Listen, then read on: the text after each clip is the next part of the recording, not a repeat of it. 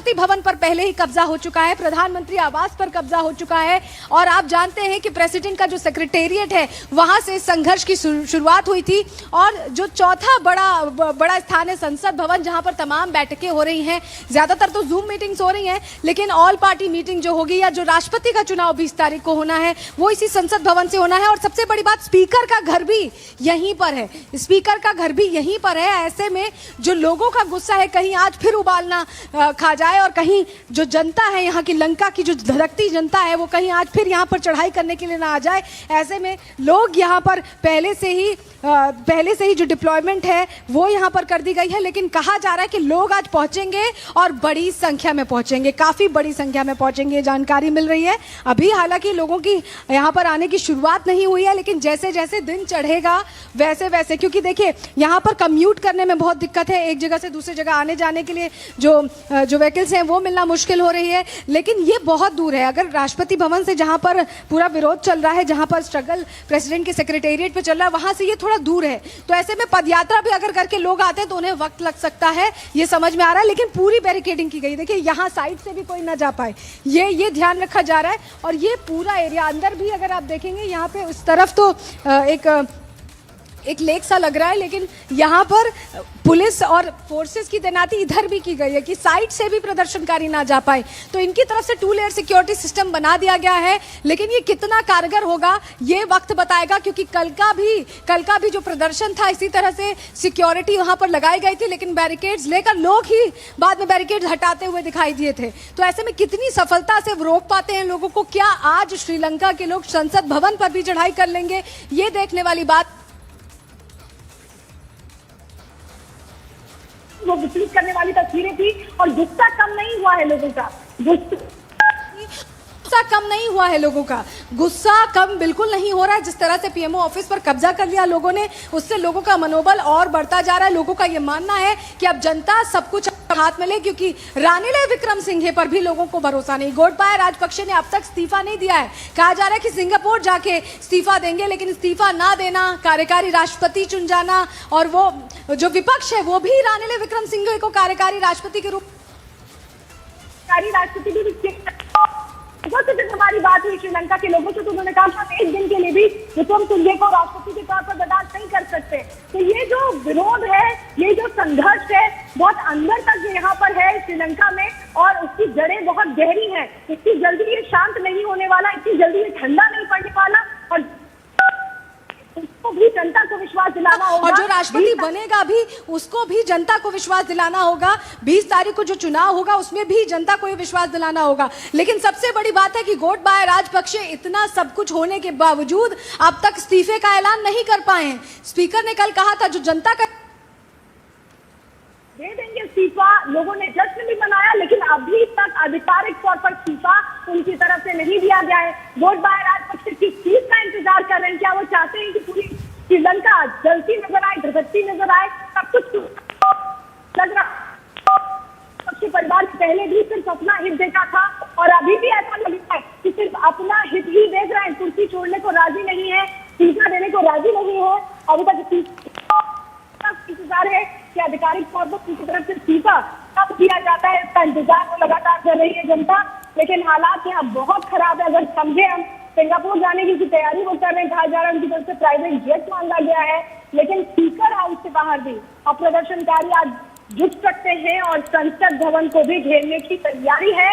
हालांकि इमरजेंसी लगने के बाद जो जरूरतें हैं, जो चीजें हैं, वो की तरफ से की गई है, लेकिन ऐसा लग नहीं रहा है कि इससे जो मकसद है वो पूरा हो पाएगा।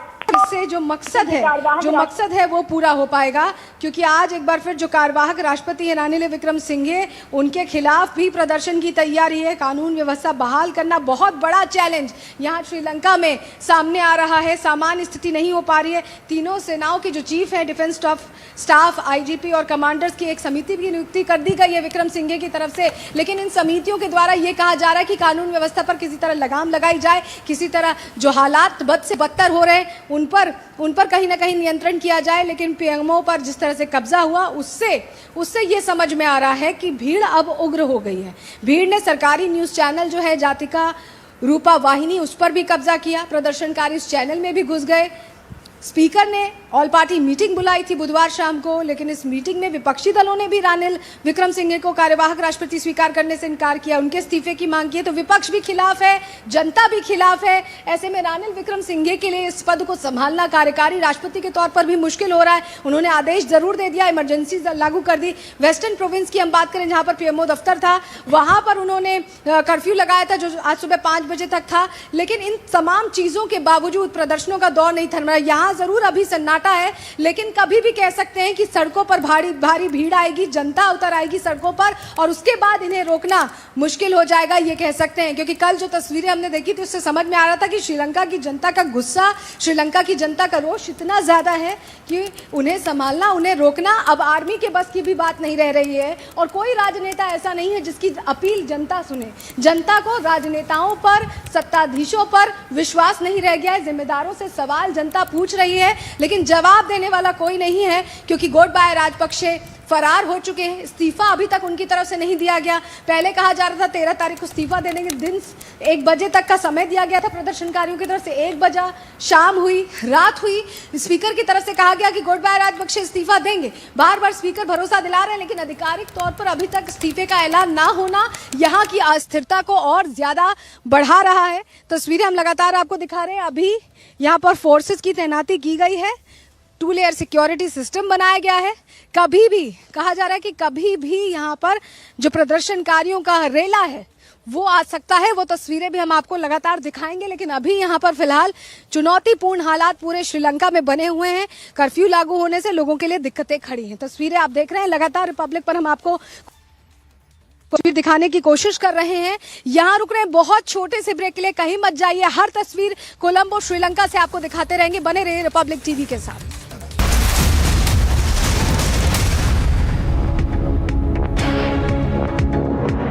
Good evening and welcome. Stunning details have emerged in the Narcotics Bureau charge sheet about the exact role of Riya Chakraborty and her brother and others and other drug peddlers in this whole drugs business. To be specific, it emerges that Riya Chakraborty was deep into the narcotics business and that she was part of an elaborate conspiracy to finance drug trafficking and also involved in the possession, sale, purchase, transport and consumption of narcotic drugs. And as a result, her list comes out, her name comes prominently in a list of 35 other drug peddlers and drug traffickers in this document, of which I have a copy tonight, viewers. It's been put in the court of the special judge. Viewers, the lobby that works so hard to paint her as the victim has gone into complete silence tonight. The Lutyens media that blatantly lied to build a campaign to demonize Sushant Singh Rajput and make Riya the victim has, it seems, officially decided to black out this story, but you can find out more for yourself with a simple search. And what emerges from these facts is that Sushant was a direct and unsuspecting victim of a conspiratorial drug ring, including Riya, that tried to make him extremely dependent on drugs. There's a lot of digital evidence which shows that Riya was, and I quote, an active member of a drug syndicate that is connected with drug supplies, unquote, in this document which has been put in the court of the Honorable Special Judge. My dear viewers, let us think tonight how easy it was for some people to make Sachin Vaze and Parambir the heroes in 2020 and the media the villain. To abuse and attack the media that raised questions about the rampant use of drugs in Bollywood and the cover-ups that used to happen. And how some people from Bollywood shouted in Parliament. And one insecure film actor uses TV network, his TV show on some network, to threaten to shut down the Republic Media Network. You know which actor I'm talking about.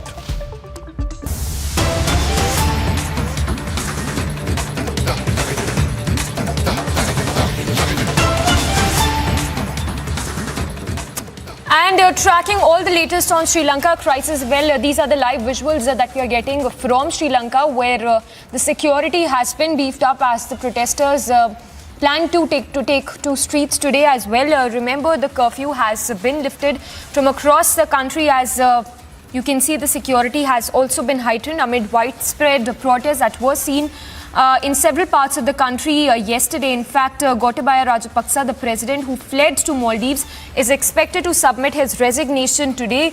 And Sri Lankan speaker, meanwhile, has also informed that the president will tender his resignation after he reaches Singapore. So the president, Rajapaksa, is still, in fact, he still stays put in Maldives. And from Maldives, he will be reaching Singapore. And these are the live visuals that we are getting right now. From Colombo, where security has been heightened. There is tight security. Remember yesterday, the widespread protests that were seen, we had seen how the choppers had also been deployed to monitor the protest, which continued aggressive outrage in fact, that was a massive outrage by the people of Sri Lanka there. In fact, we are also told that in the tear gas shells that were fired upon these protesters, 42 people were injured. And of course, the situation remains tense. Armed forces have been deployed to look into the situation that continues to remain tense across the country. Saloni continues to be with us, reporting live from Colombo.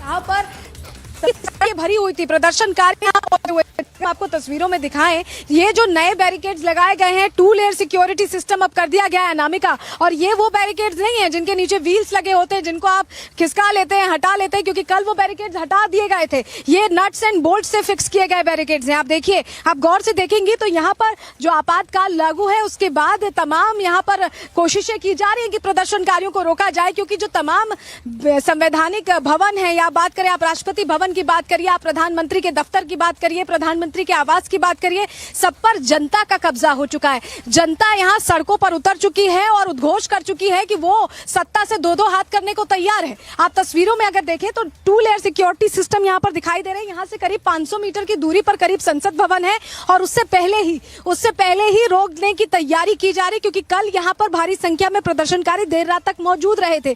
कल के जो barricades हैं, अगर अभय आपको आगे आकर दिखा पाए, अभय इधर आएंगे जरा, ये जो बैरिकेड्स नीचे पड़े हुए हैं, अगर आप ये दिखाएं, कल ये व्हील वाले बैरिकेड्स लगे थे, इन्हें हटाना पड़ा क्योंकि इनको खिसकाकर वहां से हिलाना बहुत आसान था, और प्रदर्शनकारी शायद यही वजह है कि कल आगे तक बढ़ गए थे। स्पीकर हाउस भी यहीं पर है, ऐसे में और ज्यादा यहाँ पर मुस्तैदी बरती जा रही है। ये आपको हम कल के बैरिकेड्स की तस्वीरें दिखा रहे हैं। व्हील वाले ये बैरिकेड्स थे जिन्हें हटा दिया था प्रदर्शनकारियों ने, और वो चढ़ाई करने लगे थे आगे संसद भवन की तरफ। तो इस बार और ज्यादा मुस्तैदी बरतते हुए सुरक्षा बलों ने, देखिए, जो 2 लेयर सिक्योरिटी सिस्टम में बैरिकेड्स लगाए हैं, वो दूसरे तरह के बैरिकेड्स हैं, हम आपको दिखा रहे हैं। और आप ये पूरी एक लेयर देख पा रही हैं, इसके पीछे एक और लेयर ऐसी बनाई गई है, और बीच में आप सिक्योरिटी फोर्सेस को देख पाएंगे। जो सुरक्षा बल हैं, जो जवान हैं, वो यहाँ पर बीच में तैनात है, और भारी संख्या में तैनात है, क्योंकि कभी भी यहाँ पर लोगों का रैला पहुंच सकता है। तस्वीरें हम आपको दिखा रहे हैं। और आगे अगर आप दूसरे बैरिकेड के आगे देखें, अगर अभय आपको दिखा पाए, तो वहां पर जो वाहन तैनात है,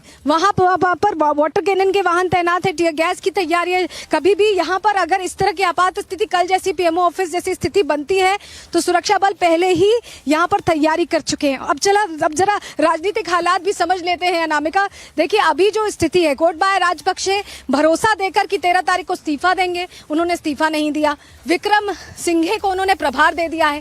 कार्यकारी राष्ट्रपति के तौर पर जनता रानिल विक्रम सिंघे को भी एक्सेप्ट करने को, उनको मानने को तैयार नहीं है। विक्रम सिंघे अगर यहाँ पर कार्यकारी राष्ट्रपति है, तो उनको भी नहीं एक्सेप्टेंस मिला है जनता का। तो जो राजनेता हैं, उनके खिलाफ जो बढ़ता आक्रोश है, उससे लंका पूरी तरह से धधक रही है। और यही वजह है कि समझ में नहीं आ रहा है कि भविष्य क्या होने वाला है श्रीलंका का, क्योंकि जो भी राष्ट्रपति बनेगा, अगर विक्रम सिंघे हट भी जाते हैं, गोटबाया राजपक्षे ने तो अभी तक इस्तीफा दिया नहीं है, लेकिन अगर विक्रम सिंघे हट भी जाते हैं, तो भविष्य में जो भी व्यक्ति राष्ट्रपति की कुर्सी पर आएगा, उसके लिए भी चैलेंजेस हैं। ऑल पार्टी मीटिंग जो बुधवार को हुई थी, उसमें जो विपक्ष है, उसने भी विक्रम सिंघे को, रानिल विक्रम सिंघे को कार्यकारी हमारी राष्ट्रपति के तौर पर मान्यता नहीं दी है। तो सिर्फ जनता ही नहीं, राजनेता भी दूसरे राजनेता पर सवाल खड़े कर रहे हैं। तो राजनीतिक संकट तो खड़ा है, आर्थिक संकट खड़ा है और लोगों के लिए खाने पीने की चीजों की दिक्कत है। फ्रस्ट्रेशन जो है, जो लोगों के अंदर गुस्सा है, वो यहाँ बढ़ता जा रहा है लगातार। कल देर रात तक यहाँ पर प्रदर्शनकारी टिके हुए थे।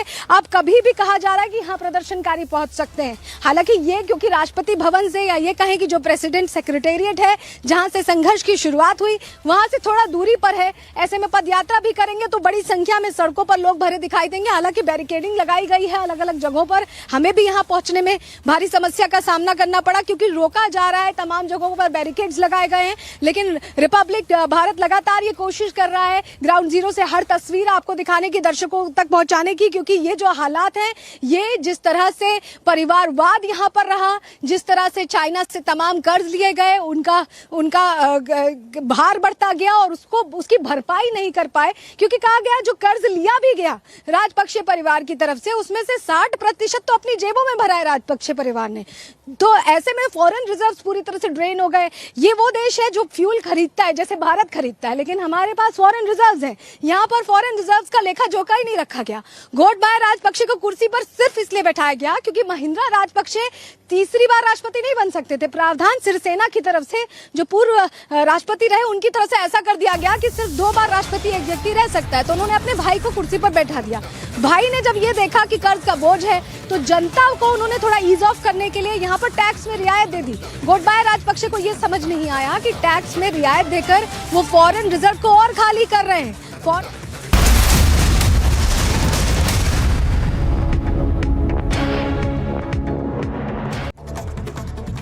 And here's a look at some news in brief. The Supreme Court will hear a plea challenging the Agnipath recruitment scheme today. The plea asks the central government to reconsider the scheme. Agnipath led to massive protests across multiple states due to the short-term duration of the scheme for the Indian Army for 4 years and future uncertainties for Agniveers. The Congress party will meet today to discuss the Bharat Jodo Yatra and other organizational programs. All the General Secretaries, state judges and other chiefs will attend the meeting along with top leaders. They will also discuss the protest march and other public outreach programs. Cricketer Jasprit Bumrah regains #1 spot in ICC men's ODI bowler rankings following his career best spell in England, which helped the men in blue crush England by 10 wickets in the first ODI.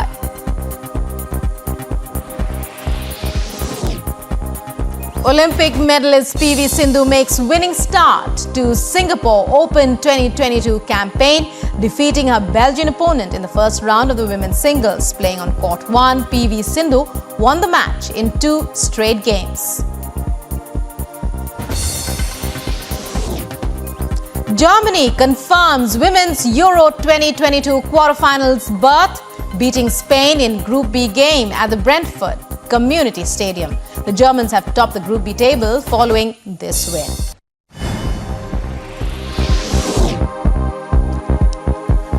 And more news from across the world, with the Chinese government escalating its efforts to tide over a dip in its economic growth. China's new loans for the first half of 2022 allegedly grew to a new record high. The Chinese economy has taken a hit for many reasons, the strict lockdowns chief among them.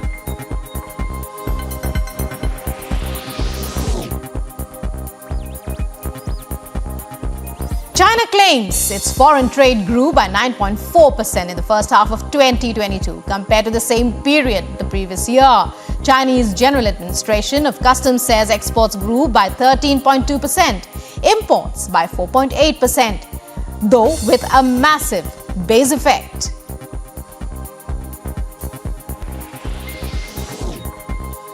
US President Joe Biden begins 3-day visit to Israel. He will also meet Palestinian officials in the occupied West Bank. It is Biden's 10th visit to the country.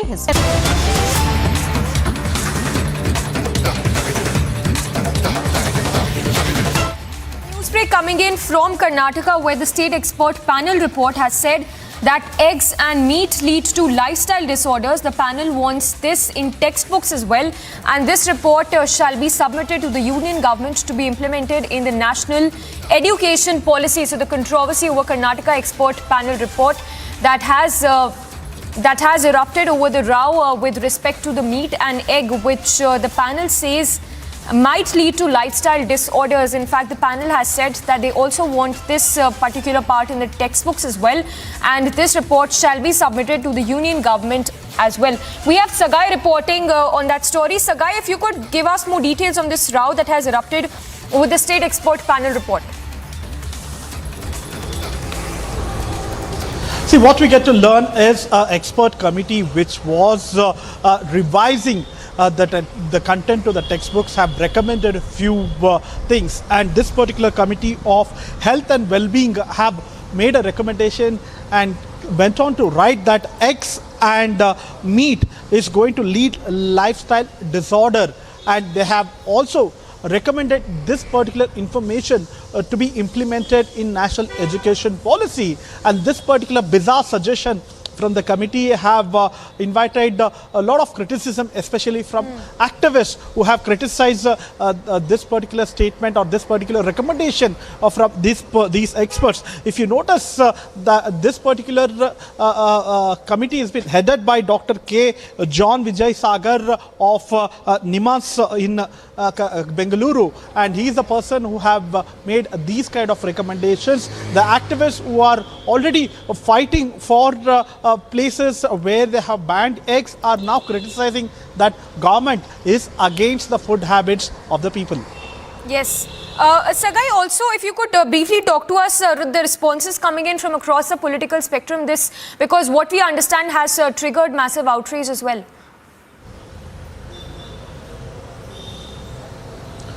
Absolutely, and if you notice that this particular statement or recommendation coming from this particular committee has invited unnecessary response or unnecessary criticism from the political parties. In fact, even the opposition has criticized that even this particular committee is trying to encroach the food habits of the people.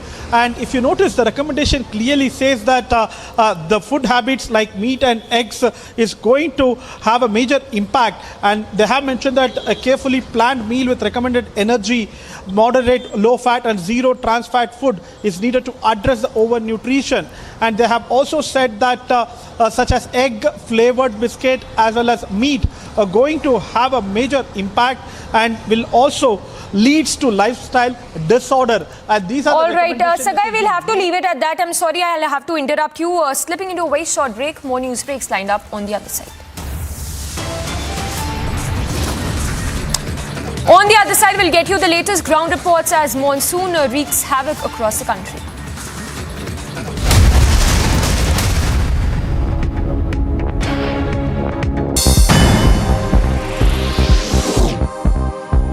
In the 9 to 12 placings match of the FIH Hockey Women's World Cup, Spain and the Netherlands on Wednesday at Estadio Olympic de Tarrasa, Spain, Indian women's squad defeated Japan 3-1.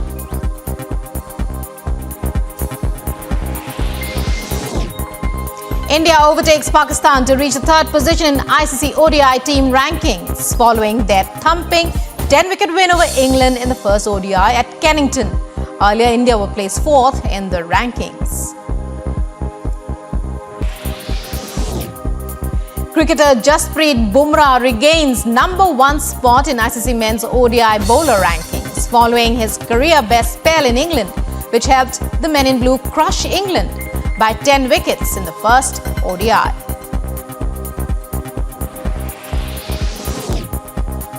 Olympic medalist PV Sindhu makes winning start to Singapore Open 2022 campaign, defeating her Belgian opponent in the first round of the women's singles. Playing on court 1, PV Sindhu won the match in 2 straight games. Germany confirms women's Euro 2022 quarterfinals berth, beating Spain in Group B game at the Brentford Community Stadium. The Germans have topped the Group B table following this win.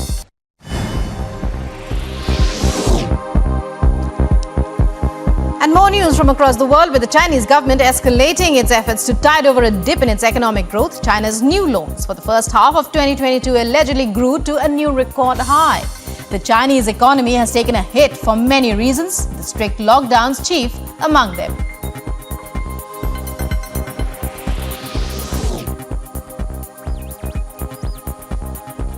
China claims its foreign trade grew by 9.4% in the first half of 2022 compared to the same period the previous year.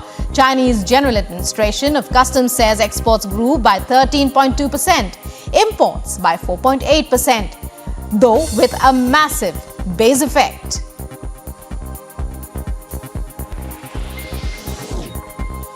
US President Joe Biden begins three-day visit to Israel.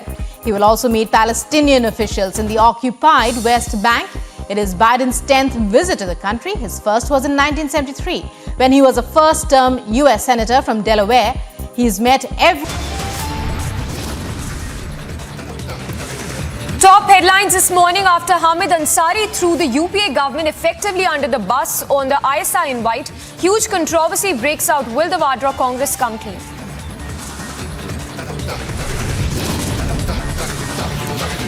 Big row over Karnataka export panel report suggests regular consumption of eggs and meat lead to health disorder.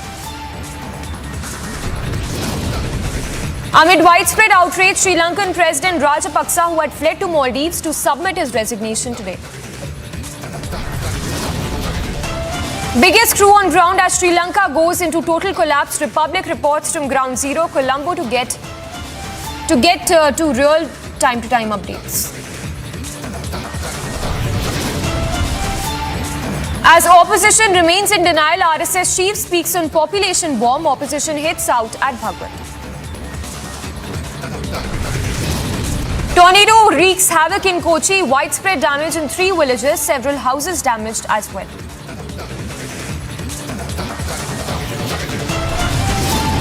Prime Minister Modi to participate in the first leaders summit of I2U2 along with leaders of Israel, UAE and the US today.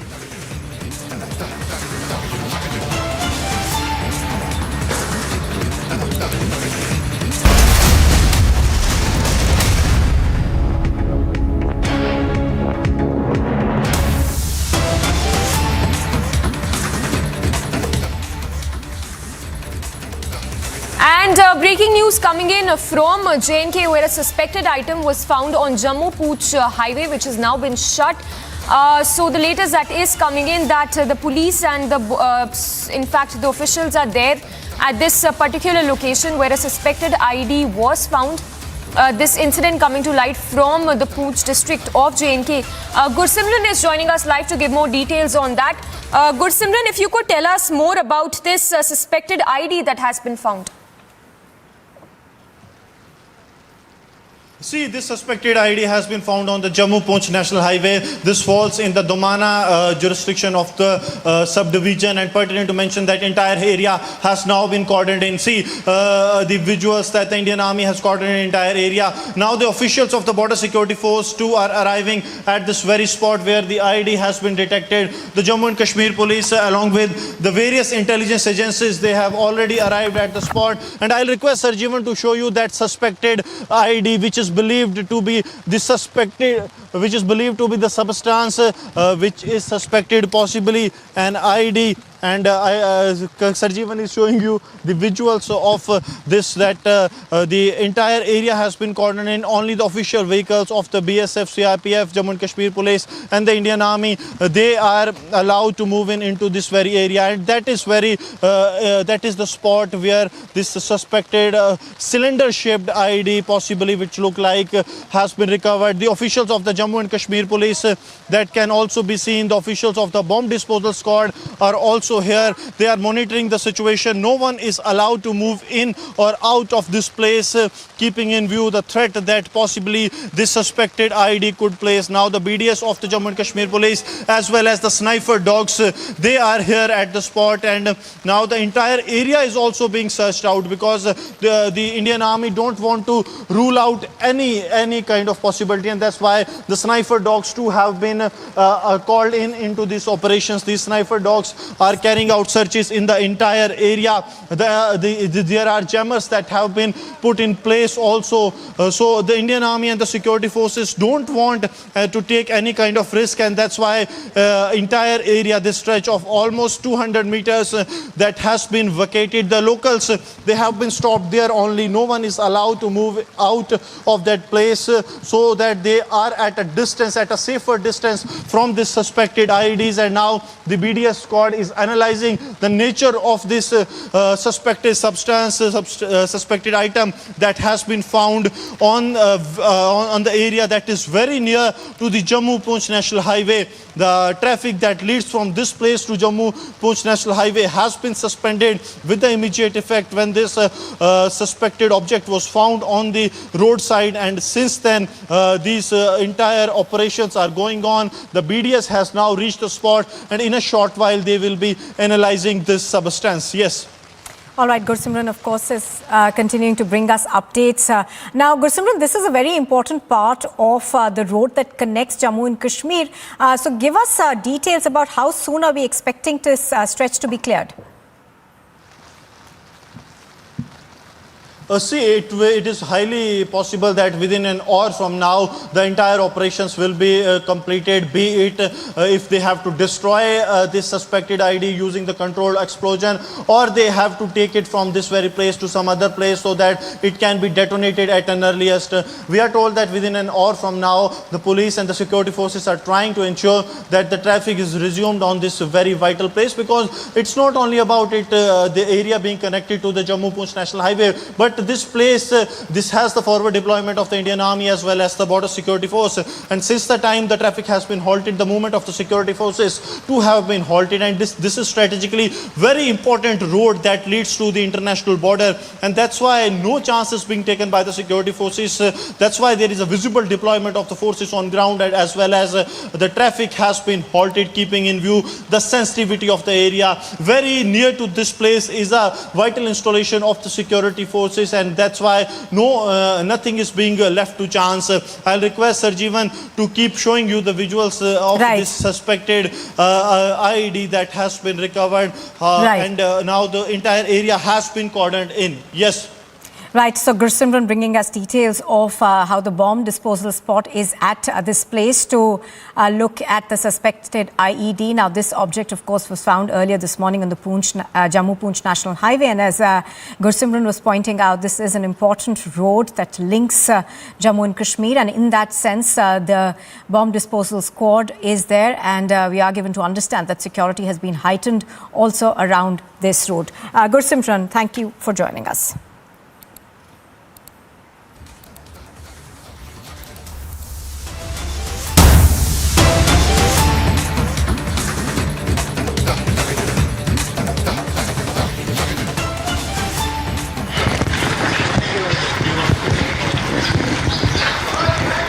Well, we are now learning that due to inclement weather conditions, the Amarnath Yatra has been halted again. The Amarnath Yatra has been temporarily suspended from both the accesses of Pahalgam as well as Baltal. Now, do remember that the Amarnath Yatra has faced disruption continuously because of bad weather.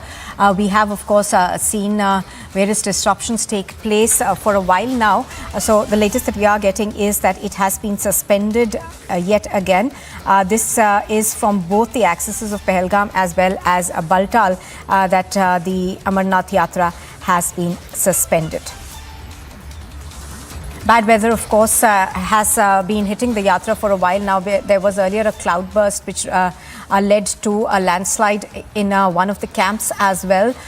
So what we are learning is that inclement weather conditions have suspended the Amarnath Yatra.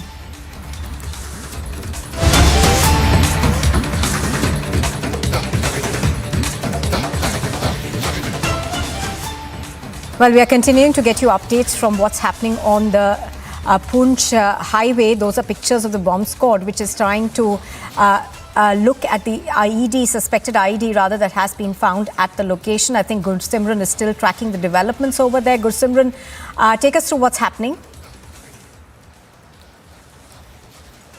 See, now the Jawans and the officials from the bomb disposal squad of the Indian Army, they have moved in and they are trying to tie a rope with that suspected cylinder shaped, that is suspected to be an IED. So they will be moving this out of this very area because this is a residential area, and you can see that they are following the standard operating procedures here on the area that leads to the from Kanachak to Jammu Poonch National Highway. And this is strategically very important because this place leads to vital installation as well as the international border, where there is a deployment of the border security force as well as the Indian Army. Since the morning when this incident occurred, when this suspected cylinder shaped object was found, the teams of the Jammu and Kashmir Police, Indian Army, BSF, they have reached the spot, and now they have asked us to move back. The sniper dogs, the bomb disposal squad, all are in action now, and what they are trying to do is to move this suspected cylinder out of this area.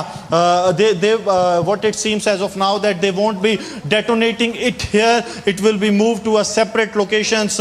All of us are being asked to move out of this area. And since they have to carry out the process that follows the standard operating procedure of the bomb disposal squad, the traffic that leads and goes from this area has been halted with immediate effect, keeping in view the sensitivity of this. And now that suspected cylinder that is being taken out from that area, it will be taken to a different location, and then it will be detonating using the controlled explosion. That is the SOP that is followed by the bomb disposal squad. But since morning it has created panic among locals soon after this incident, when the road opening party of the Indian Army, they found this suspected cylinder near this road that leads to Jammu Poonch National Highway. So Sarjeevan is continuously showing you the visuals that how this is taking place. The entire process is being followed without taking any risk, because if it has some explosive it can lead to danger, it can lead to loss of lives also, and that's why the civilians have been moved out of this very area. Even those who were living in the nearby houses, they have been asked to move out. So that there is no immediate threat, and now they are taking it to a different area so that it can be detonated, because this area was very near to the residential place and it cannot be detonated at that very area, and that's why a proper drill is being followed.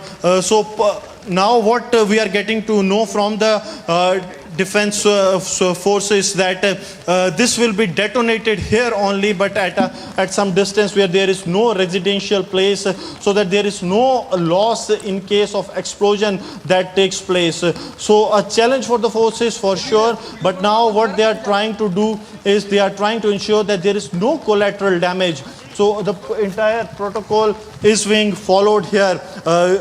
We have seen that in the past 1 to 2 months there have been several incidents of this kind of IEDs being traced by the security forces, be it in Kashmir Valley or in Jammu, that have posed a serious threat to the security forces, because this route is also a similar kind of route that is followed by the security agencies, and now the agencies don't want to take any chance, and that's why this is being moved to another location, to a field where there are no residential complexes, and so that it don't cause any kind of damage. Sarjeevan is continuously showing you these visuals of the bomb disposal squad of the Indian Army in action. They are moving this suspected object to a safer location where it can be detonated. So it will be taking another half an hour. This is what we are being told, that following all the SOPs, this will be detonated by the officials of the Indian Army. This was a swift operation, if we can call it, by the Indian Army, that they have ensured that there is no threat to the civilian population, and that's why this has been moved out of the residential area. Right now where we are standing is the place where it was earlier detected by the Indian Army, but the BDS was called in. This was dragged to a safer location. They are moving it to a safer location as much as they can, so that there is no threat to life or to civilian population, because on the other side there are houses at a safer distance, almost 100 feet distance has been maintained from this suspected object that was found, and now this is the place where it will be kept, and after this now the due protocol will be followed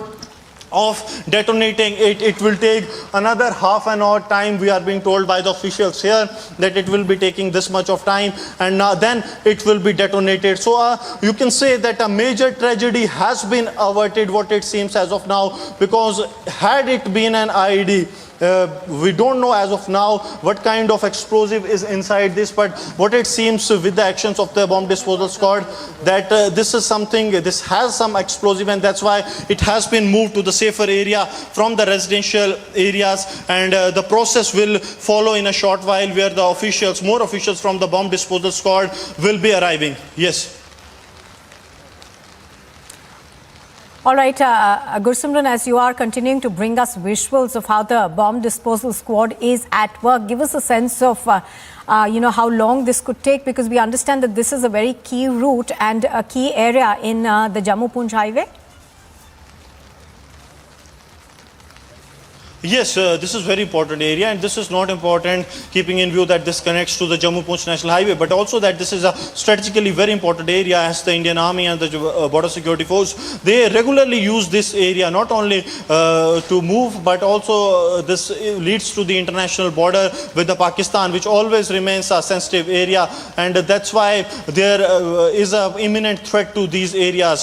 Continuously, Sarjeevan is showing you the visuals of the Indian Army, those Jawans who have been deployed here, and that suspected object that was found on Jammu-Poonch National Highway, very near to the Jammu-Poonch National Highway, in the road that leads to the Kanachak from sewer number 1. So now it will be taking another 30 to 40 minutes is the time we are being told. Senior officials from the bomb disposal squad, they will be called here very soon, and possibly it will be detonated here only, because they have moved it into a safer location, which is very at a safer distance, we can say, from the residential complexes. So possibly it will be detonated here only, but we have to see how this comes here at a residential place, and what kind of explosive was inside. These are the key details that will be shared at a later stage after the investigation is carried out. All right, Gursimran bringing us those updates. Thank you very much.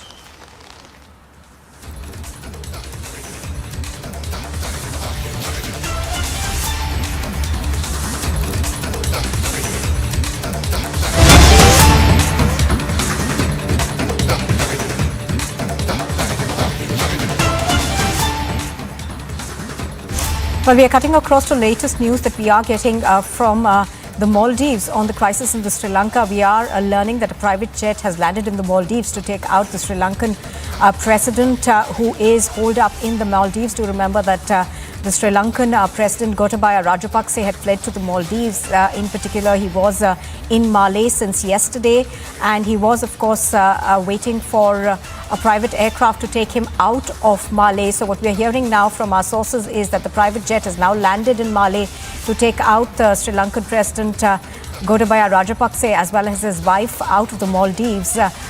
We are also expecting to hear from the president in terms of whether he's going to resign or not. So news that came in earlier this morning seemed to suggest that the Sri Lankan president Gotabaya Rajapaksa, who continues to hold on to power, has said that he will resign today. Now, before he fled to the Maldives, he had in fact appointed the Prime Minister Ranil Wickremesinghe as the acting president. Abhishek Kapoor, our senior executive editor, is bringing us more on this. Abhishek, we're now learning that he will perhaps be leaving the Maldives soon, because there is considerable opposition in the Maldives also against the fact that the government over there allowed for Gotabaya Rajapaksa to land there. Well, yes, in fact, we had seen a Maldivian opposition party, in fact, summoning or writing a letter to the speaker and asking who and why the escape of Gotabaya Rajapaksa has been facilitated, and subsequent to which we saw moves to evacuate Gotabaya further and take him to Singapore, and that's why this arrangement of a special flight. Remember, his escape from Sri Lanka was facilitated by the fact that as president he continues to be the commander-in-chief of the armed forces. Also the fact that during the fight with the LTTE for all the period, Gotabaya was the defense minister at that time when his brother Mahinda was serving his first term as president. So obviously the Rajapaksas have really had a vice-like grip over Sri Lanka over the last 2 decades, and that's what is keeping them in good stead, so to say, despite the fact that people are not liking it. And obviously discomfiture there in the Maldivian establishment also, which has led to his ultimate destination becoming Singapore. Remember, even Singapore, we don't know whether he's going to be there for long. Whenever he lands there, what is important is that, like the United States, if Singapore also takes a call that for them also Gotabaya Rajapaksa is a liability, then there might not be many options left. So I think the best interest served for so far as Sri Lankan people is concerned, would be that Gotabaya resigns, which he has not yet done.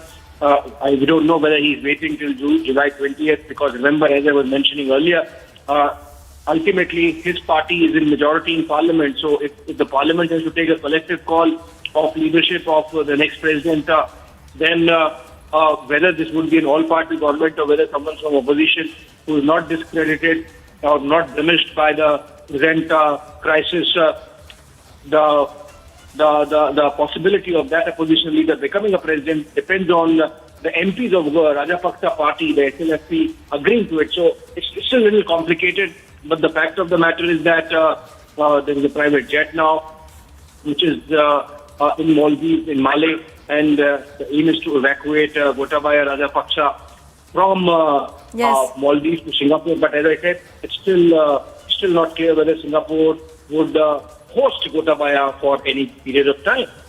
Absolutely. As you're pointing out, Abhishek, yesterday, of course, we were hearing that he'd perhaps head to Dubai, and today we are hearing that he could head to Singapore. But, for any government to host him right now, it might just be too big a political liability.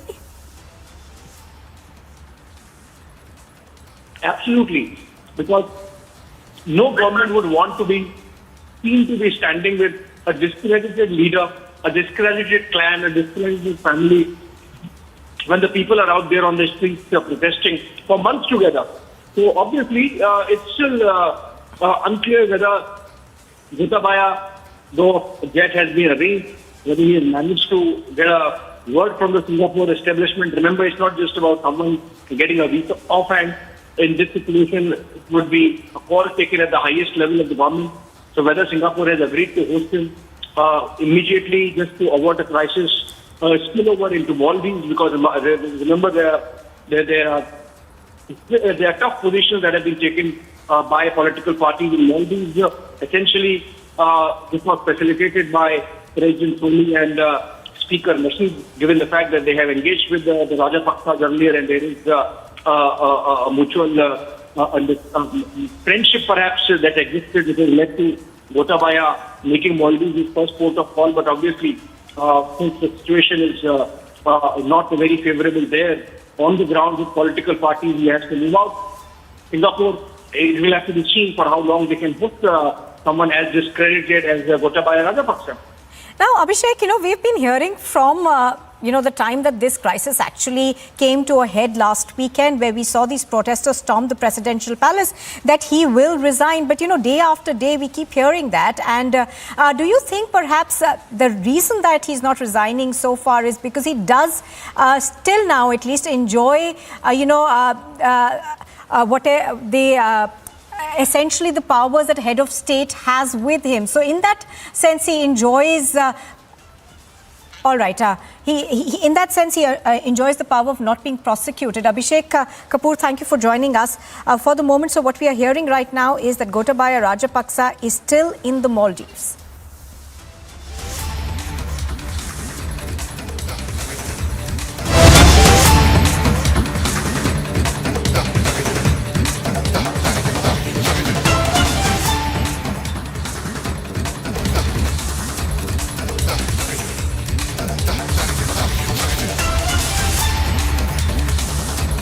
All right, we are now cutting across to visuals that we are getting from Navsari.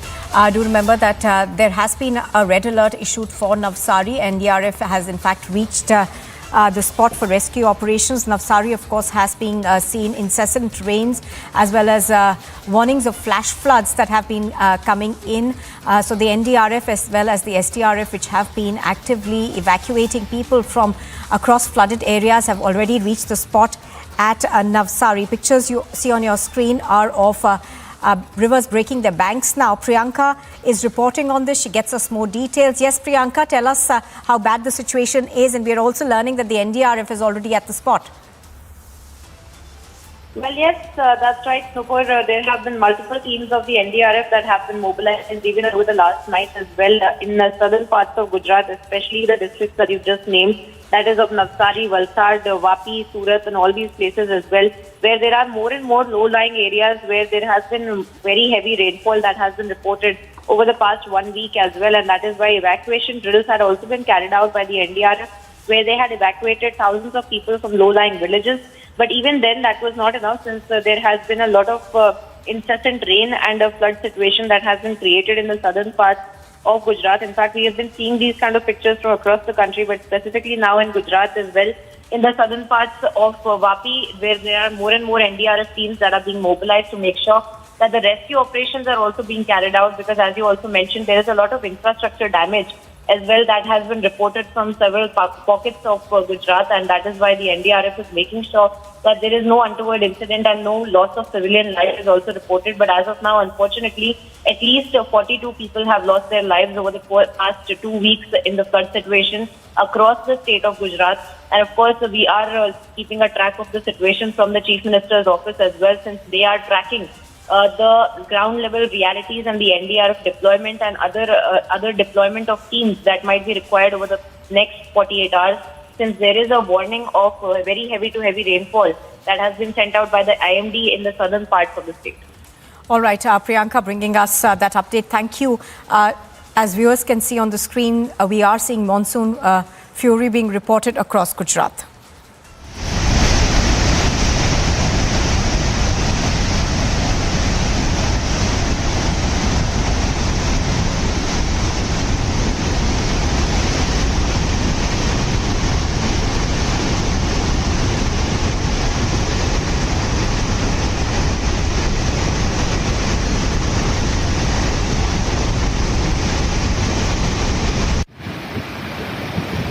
भागना पड़ेगा।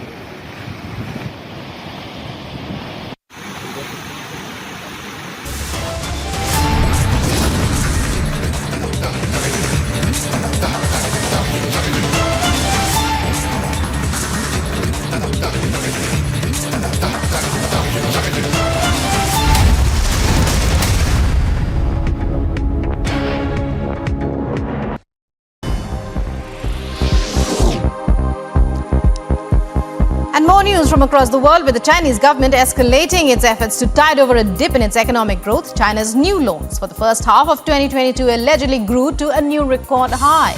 The Chinese economy has taken a hit for many reasons, the strict lockdowns chief among them.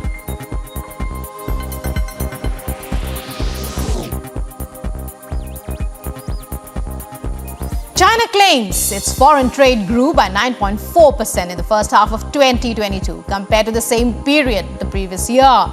Chinese General Administration of Customs says exports grew by 13.2%, imports by 4.8%, though with a massive base effect.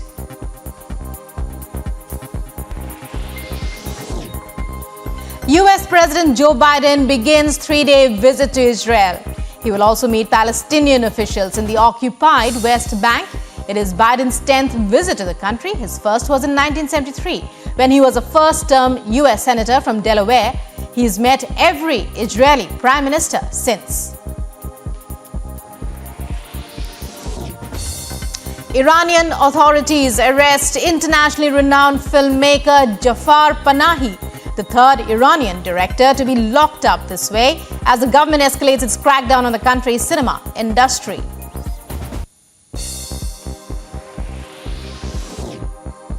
Australian Prime Minister Anthony Albanese holds bilateral talks with his Solomon Islands counterpart in Fiji amid concerns about recent China-Solomon Security Pact, which the Oceania nations fear could end in a Chinese naval base in their backyard.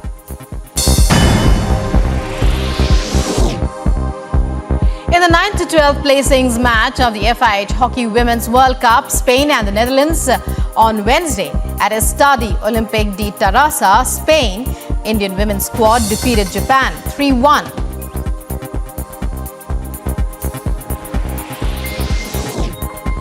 India overtakes Pakistan to reach the third position in ICC ODI team rankings following their thumping 10-wicket win over England in the first ODI at Kennington.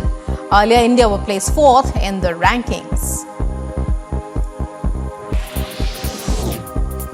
Cricketer Jasprit Bumrah regains #1 spot in ICC men's ODI bowler rankings following his career best spell in England, which helped the men in blue crush England by 10 wickets in the first ODI.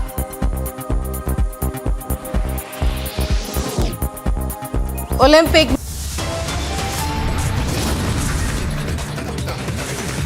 The headlines at this hour. After Hamid Ansari threw the UPA government effectively under the bus on the ISI invite issue, huge controversy breaks out. Will the Vadra Congress come clean?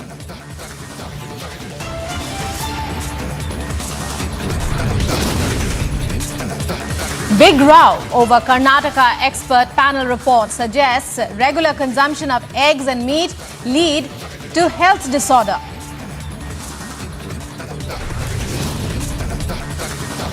Amid widespread outrage, Sri Lankan President Rajapaksa, who had fled to the Maldives to submit his resignation today.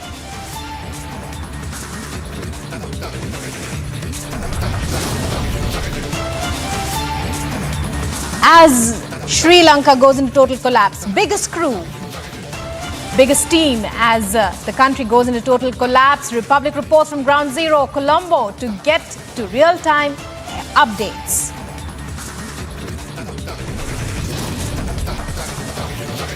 As opposition remains in denial, RSS chief speaks on population bomb. Opposition hits out at Bhagwat.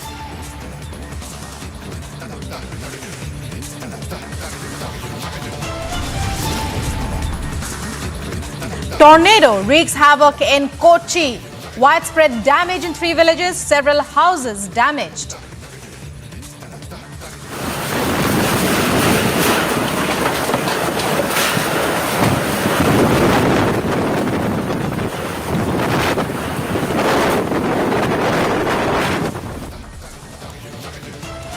Prime Minister Modi to participate in first leaders summit of I2U2 along with leaders of Israel, the UAE and the United States today.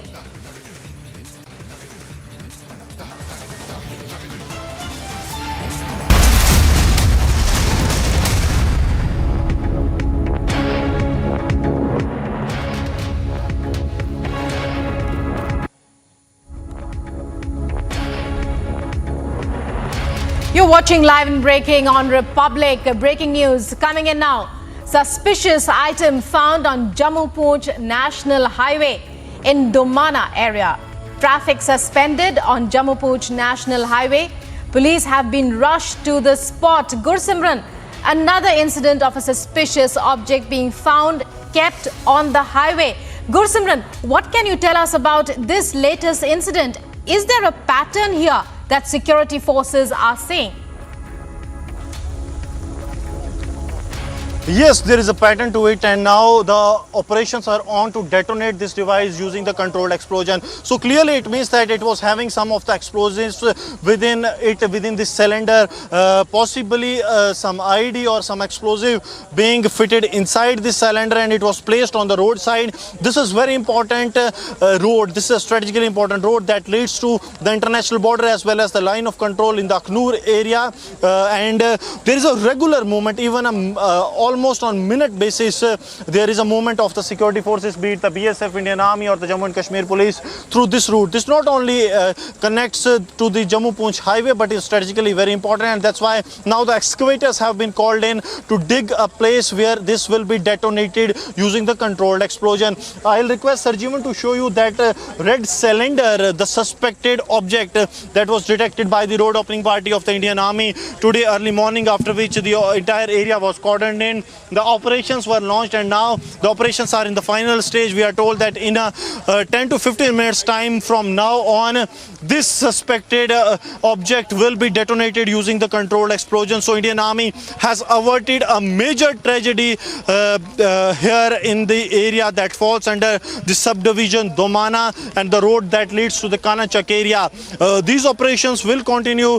These jawans of the Indian Army, they are laying a cable to trigger a controlled blast in this suspected cylinder that was detected by the forces early today morning. The teams of the BDS can be seen at that very place where a dig is being dug by using the excavators so that a controlled explosion can be made and there is no collateral damage. This was very near to the residential places, so it has now this suspicious object has now been moved to an area that is very far off, so that there is no damage to the civilians here or the houses that are in the vicinity. So this operation is continuing. It will be taking another 10 to 15 minutes. This is what we are being told, and till the time the traffic on the area that leads from the international border LOC to the Jammu-Poonch National Highway will remain suspended. Yes. Gursimran, when we talk about, going back a little bit to the events as they occurred, what time did the police, did the security forces get the information that there was a suspicious object? Was there a tip-off? Was there some intelligence input? Is there any information regarding that? There was no tip-off, but it was, yeah.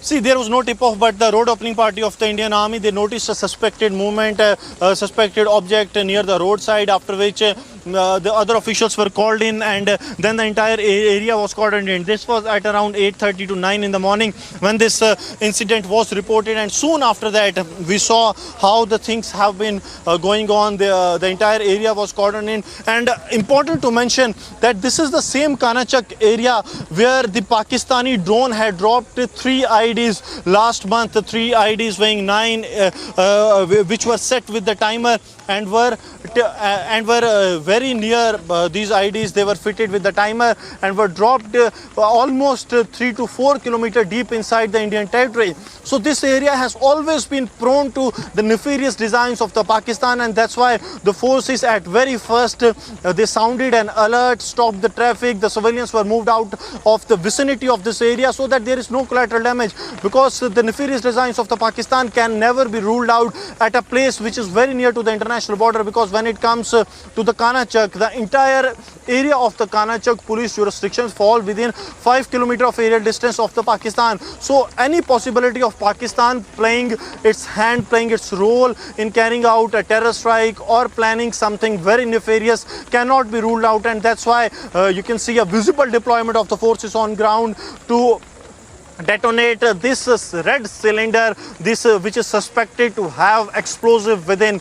So the teams have been called in. The excavator is digging the place so that a controlled explosion can be carried out, and it will happen almost in a 10 to 15 minutes time from now on. The raid, the heavy rains are hampering the operations, but it will be completed soon, as the forces don't want any kind of delay in resuming the traffic on this road. This is very important road, as I told you earlier, as it connects the strategically important international border and line of control to the area in the forward, to the area of the Jammu-Poonch National Highway. Right. Gursimran, when I was talking about a pattern, just a few days ago, a similar cylinder, I think it was similar. A similar cylinder fitted with firecrackers was destroyed, was diffused and detonated in Pulwama as well. So in that sense, can we see a pattern developing here? Is this the new, one of the new methods of spreading terror that Pakistani terrorists are using right now to, create confusion on the highways? See, this also seems the same, and that was the sole reason why the security agency sounded alert at the first, because the incident that unfolded in the Pulwama, that was also a pressure cooker fitted with some crackers to make it like an ID. And today also this more or less seems a cylinder, and now the operations are on. So operations on to defuse and what is being thought to be an IED. Our correspondent Gursimran there on the Pooch highway there. Gursimran, many thanks for joining us with those details and those inputs. You keep your eyes on that story. We'll be back with you throughout the day for more. And now moving on to other news stories here on Live and Breaking. In other top stories, Maharashtra has been facing heavy rainfall, lashing the state for the past few weeks now, following which many areas are complaining of rising water levels. Nearly 15 people were stuck in a temple in Bhandara due to a sudden rise in water levels. However, they were rescued by the SDRF this morning.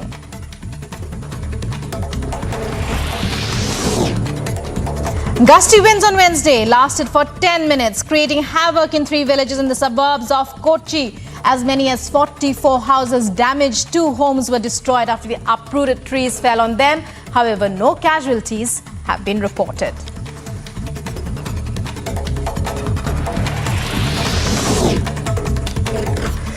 The Election Commission is likely to hear legal counsel for Jharkhand Chief Minister Hemant Soren regarding mining lease case in which the Bharatiya Janata Party has sought his disqualification as MLA under the electoral law.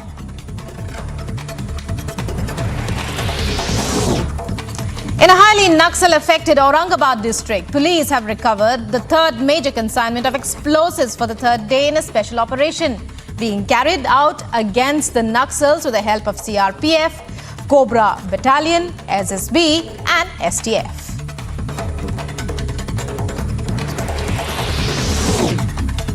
Haryana Chief Minister Manohar Lal Khattar holds meeting with ministers and officials again regarding threat calls received by MLAs. Summons top police officials, directing them to take strict action. Health Minister Veena George confirms a person in Kerala has been suspected of having monkeypox and is now under observation. Samples have been sent for testing and results from virology are awaited. Further information is that the virus spreads through bodily fluids.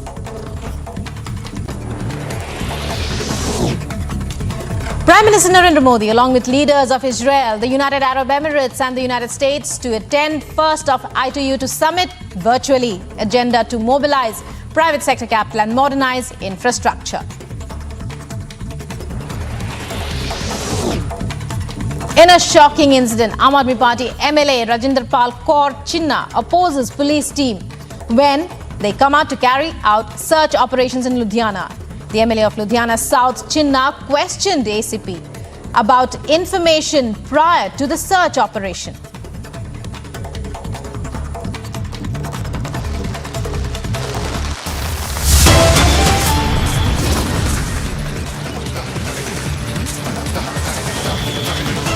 The entire area and the road that leads to Jammu-Poonch National Highway has been halted as there has been a suspected object that was detected by the Indian Army. Now the operation is on to defuse this using the controlled explosion. For more, stay tuned to Republic TV on the other side of the break.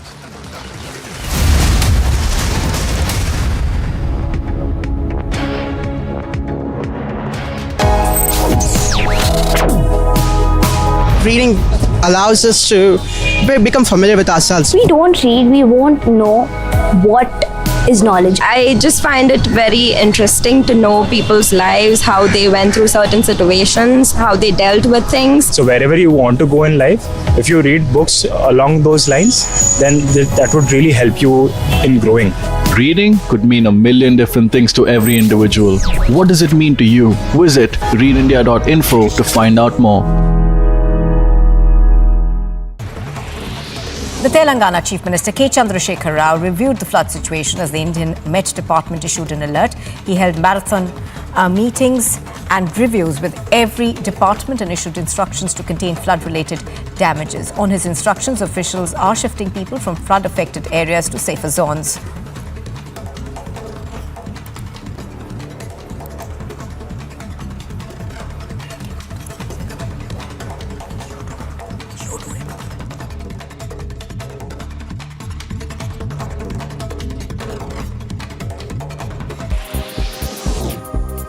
Cricketer Jasprit Bumrah regains #1 spot in ICC Men's ODI bowler rankings following his career best spell in England, which helped the men in blue crush England by 10 wickets in the first ODI.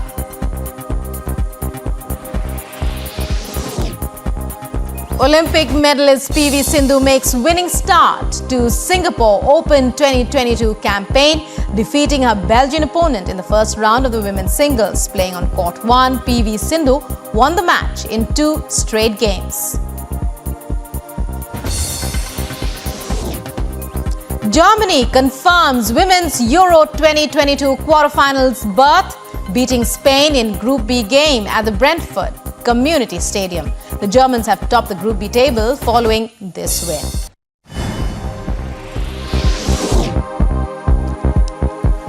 And more news from across the world, with the Chinese government escalating its efforts to tide over a dip in its economic growth. China's new loans for the first half of 2022 allegedly grew to a new record high. The Chinese economy has taken a hit for many reasons, the strict lockdowns chief among them.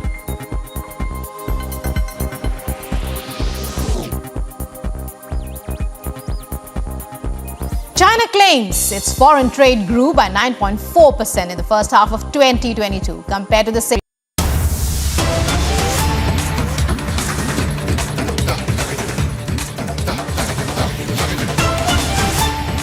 In live and breaking news coming in from Sri Lanka, a clash is being reported between protesters and security forces outside the Sri Lankan parliament.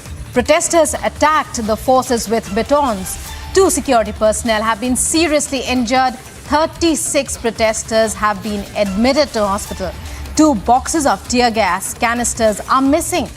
And 1 T-56 assault rifle is also missing.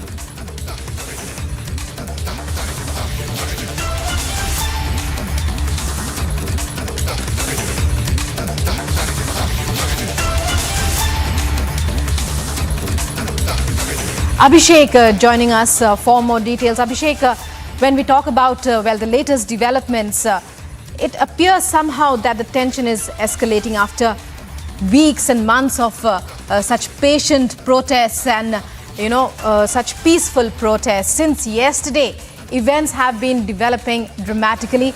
Tell us more about this latest, about the clash outside the Parliament House. Well, Rukma, these pictures which show an injured soldier being treated by the protesters. In fact, this is a silver lining. This is a saving grace of the protests. Remember, one trigger and the situation can go out of hand because tempers are running high. There was a precipitate instruction by acting President Ranil Wickremesinghe telling the security forces to act to bring the situation back to normalcy. Now, he's the commander-in-chief of the armed forces in his capacity as the acting president. And if the forces really deal with the protesters with a heavy hand, given the fact that the security forces as of now are outnumbered, any reaction from the protesters can lead to firing.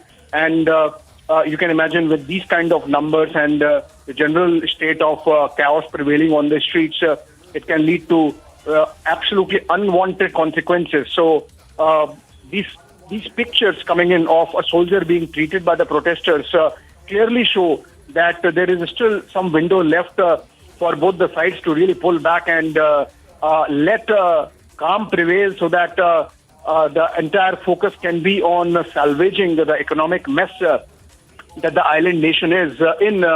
Remember, with tourism as its primary source of money and greasing the economy, and tourism having not been there, absolutely zero for the last 3 years, Sri Lanka has been battered and some wrong policy decisions like turning Sri Lanka into organic farming country and not having enough agricultural produce for themselves, thus depending on imports and then not having money to buy that, has really led to this crisis. So if the protesters also don't understand that basic minimum calm and law and order has to prevail for the government to start functioning to deliver in their interest, I think it's going to get from bad to worse. But as I said, these pictures really saving grace and a silver lining that at least for now on the ground, despite the chaos, the relationship between the security forces and the protesters is not antagonistic, despite the fact that they have stormed so many government buildings, including the president and the prime minister's residences, as also the offices of the broadcasting network. I believe this should be a cue that both sides need to really pull back and better sense.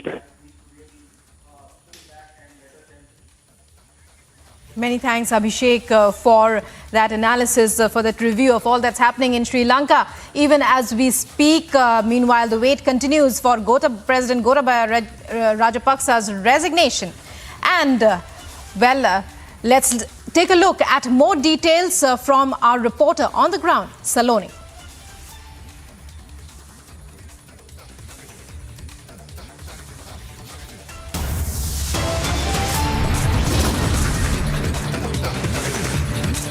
Well, coming up in a short while, Vadra Congress invited the ISI. That's the question that Republic is asking as of now.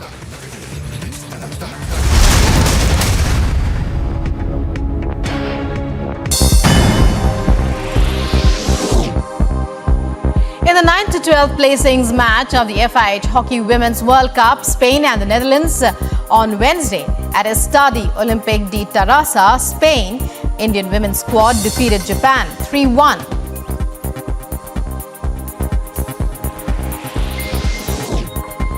India overtakes Pakistan to reach the third position in ICC ODI team rankings following their thumping 10-wicket win over England in the first ODI at Kennington. Earlier, India were placed fourth in the rankings. Cricketer Jasprit Bumrah regains #1 spot in ICC men's ODI bowler rankings following his career best spell in England, which helped the men in blue crush England by 10 wickets in the first ODI.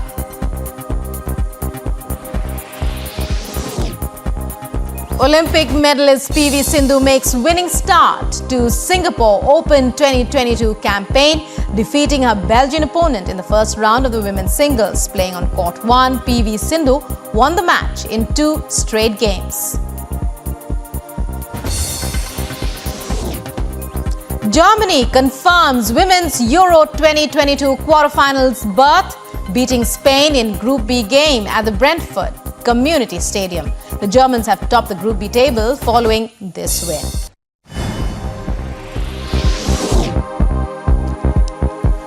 And more news from across the world, with the Chinese government escalating its efforts to tide over a dip in its economic growth. China's new loans for the first half of 2022 allegedly grew to a new record high. The Chinese economy has taken a hit for many reasons, the strict lockdowns chief among them.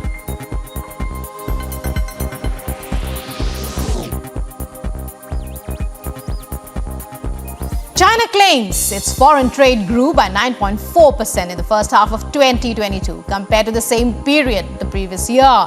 Chinese General Administration of Customs says exports grew by 13.2%, imports by 4.8%, though with a massive base effect.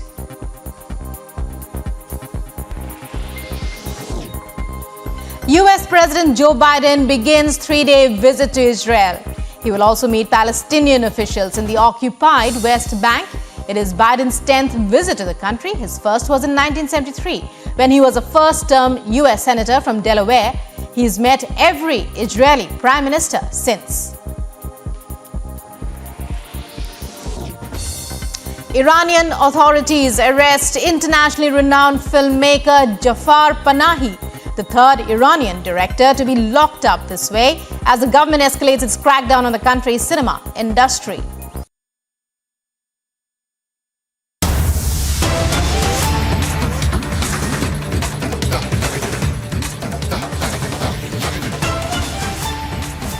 You're watching Live and Breaking on Republic TV, and breaking news coming in now.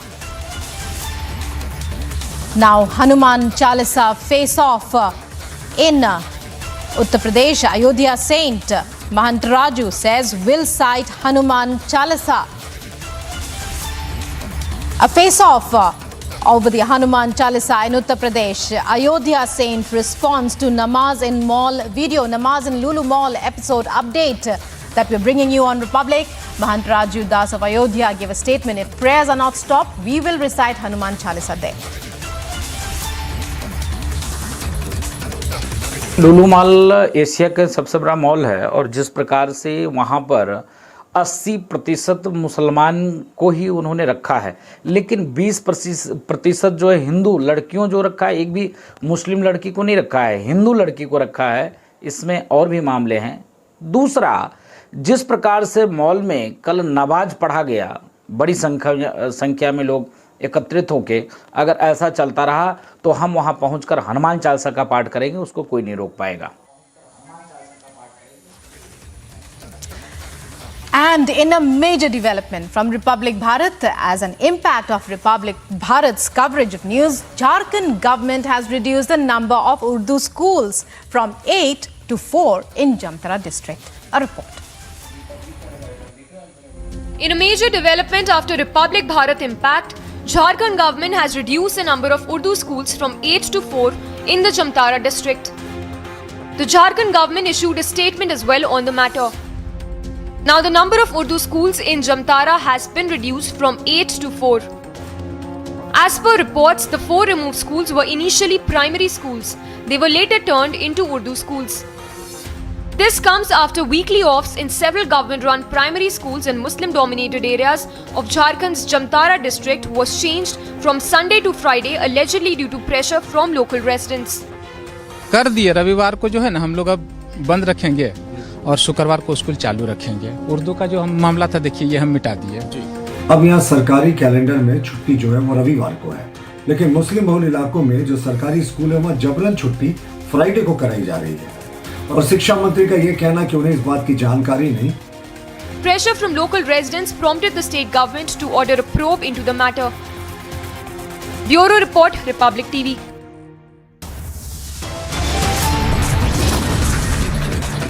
And time now for a short break. But coming up after that, after Hamid Ansari threw the UPA government effectively under the bus on the ISI invite, huge controversy now. Will the Vadra Congress come clean?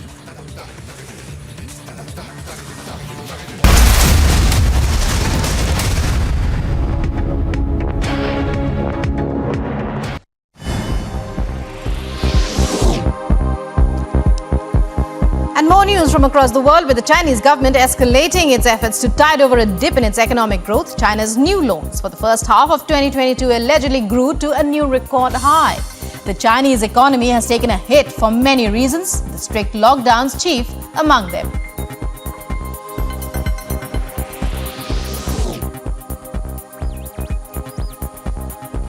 China claims its foreign trade grew by 9.4% in the first half of 2022 compared to the same period the previous year.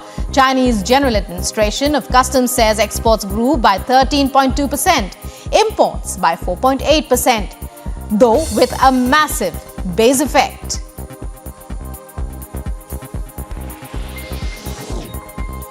US President Joe Biden begins 3-day visit to Israel.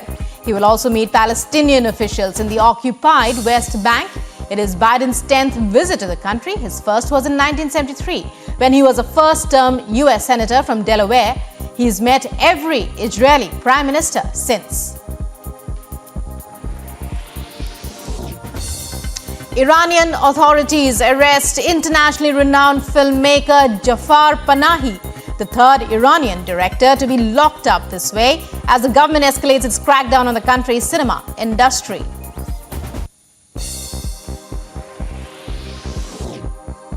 Australian Prime Minister Anthony Albanese holds bilateral talks with his Solomon Islands counterpart in Fiji amid concerns about recent China-Solomon Security Pact, which the Oceania nations fear could end in a Chinese naval base in their backyard.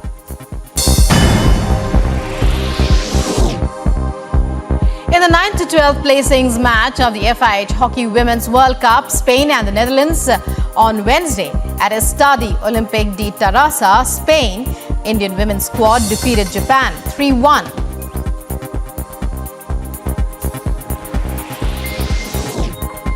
India overtakes Pakistan to reach the third position in ICC ODI team rankings following their thumping 10-wicket win over England in the first ODI at Kennington. Earlier, India were placed fourth in the rankings. Cricketer Jasprit Bumrah regains #1 spot in ICC men's ODI bowler rankings following his career best spell in England, which helped the men in blue crush England by 10 wickets in the first ODI.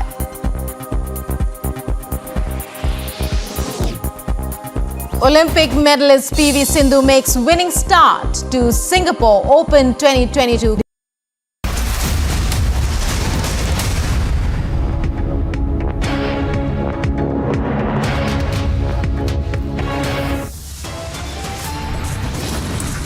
After Hamid Ansari threw the UPA government effectively under the bus on the ISI invite, a huge controversy breaks out. Will the Congress party now come clean?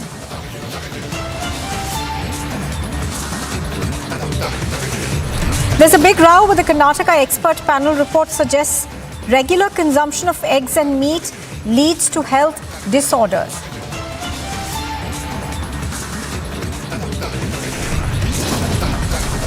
Amid widespread outrage, the Sri Lankan President Rajapaksa, who fled to the Maldives, is likely to submit his resignation today.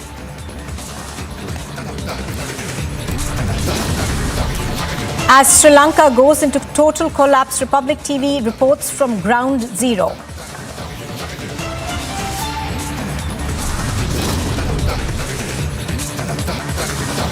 As the opposition remains in denial, the RSS chief speaks on population bomb.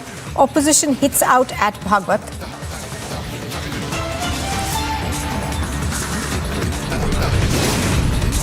Tornado-like conditions wreak havoc in Kochi. Widespread damage is reported in 3 villages. Several houses are left damaged. Prime Minister Modi is to participate in the first leaders summit of the I2U2 along with leaders of Israel, the UAE and the US.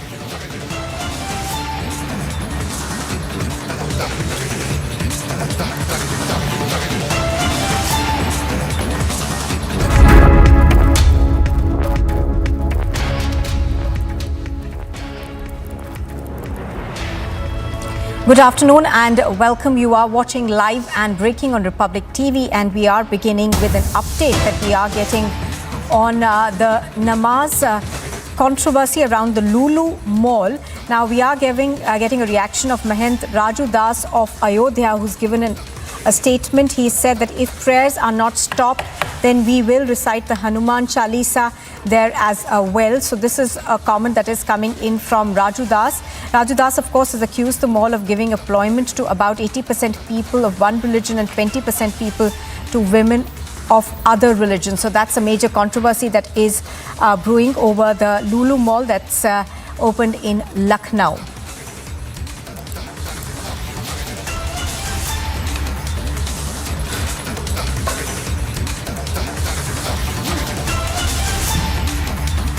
Lulu mall Asia का सबसे बड़ा mall है और जिस प्रकार से वहाँ पर 80% मुसलमान को ही उन्होंने रखा है, लेकिन 20% जो है हिंदू लड़कियों जो रखा है, एक भी मुस्लिम लड़की को नहीं रखा है, हिंदू लड़की को रखा है। इसमें और भी मामले हैं।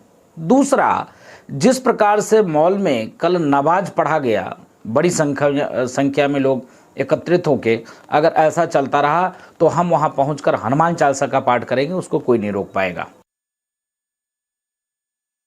Reporting on this, he joins us live right now. Piyush, this controversy is becoming bigger by the day. That comment that's coming in from the Mahant of Ayodhya now. Well, absolutely, it's not becoming very big because pictures have surfaced from inside the Lulu Mall where few people are also seen offering prayers. And on that particular note, now Maha Rajapaksa has said that if it is not stopped, then he would go there and then offer Hanuman Chalisa there, because few people were seen offering namaz there inside the Lulu Mall. At the same time, Maha Rajapaksa is coming out and making a very big allegation that 80% people who have been employed there inside the mall belong to a particular community, and the 20% from other communities. This is what he is coming out and telling us.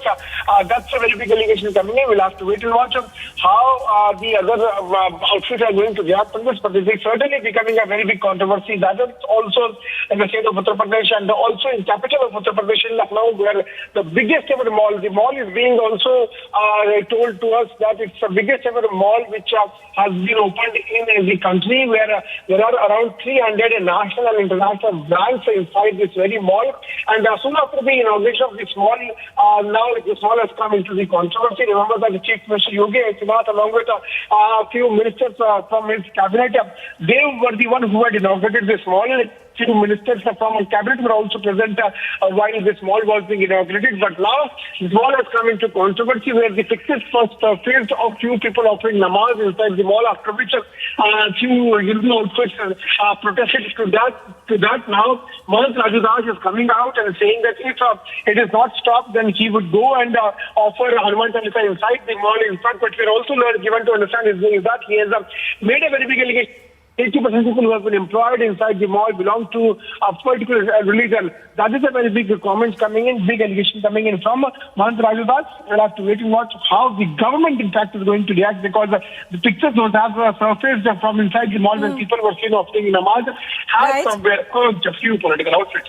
Now, any reactions that we are getting from various other political groups to this comment that's coming in? Well, this is what we are trying to get from the government people there in Uttar Pradesh. As of now, we have not got any kind of reactions from the government side. But remember that pictures surfaced from inside the Lulu Mall in Lucknow, where few people were seen offering namaz, and soon after that, people objected to that. Few outfits objected to that, and now they are demanding that this should be stopped. And if it is not stopped, then they would go and offer Hanuman Chalisa inside this very mall. We'll have to wait and watch how the government is going to react on this. But yes, we can clearly see a massive controversy taking place on this entire thing. All right. Piyush reporting on that. Thank you for joining us. Now, moving on, even as the opposition remains in denial over the population bomb, flagging concerns over population rise, the RSS chief has said that threat is survival is the law of the jungle, whilst the opposition has hit out at power. Listen in. Survival even animals survive, लेकिन केवल खाना पीना प्रजा बढ़ाना ये तो पशु भी करते हैं ना. जो ताकतवर है वो जी लेगा. This is the law of the jungle. अरे आदमी को जानवर को बराबर करने का तरीका में तो ये सिविलाइजेशन नहीं कर सकता. ये सिर्फ उग्रवादी लोग ही कर सकते. ये आरएसएस अनदर उग्रवादी है. सर्वाइवल इवन एनिमल्स सर्वाइव, लेकिन केवल खाना पीना प्रजा बढ़ाना ये तो पशु भी करते हैं ना. जो ताकतवर है वो जी लेगा. This is the law of the jungle. अरे आदमी को जानवर को बराबर करने का तरीका में तो ये सिविलाइजेशन नहीं कर सकता. ये सिर्फ उग्रवादी लोग ही कर सकते. ये आरएसएस अनदर उग्रवादी है.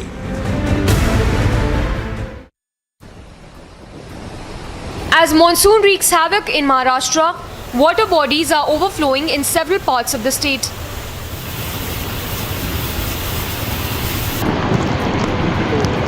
In Palghar district, 10 workers of GR Infrastructure got trapped in Vetarna river. Authorities were informed while rescue teams moved swiftly. The NDRF team engaged at the site of Vasai landslide on Wednesday reached the spot and began the rescue operations. All available resources were put in place to rescue the trapped. A vigil throughout the night and arduous efforts by the NDRF managed to save lives of 10 people. The 10 trapped workers were successfully rescued from the site. Bureau Report, Republic TV.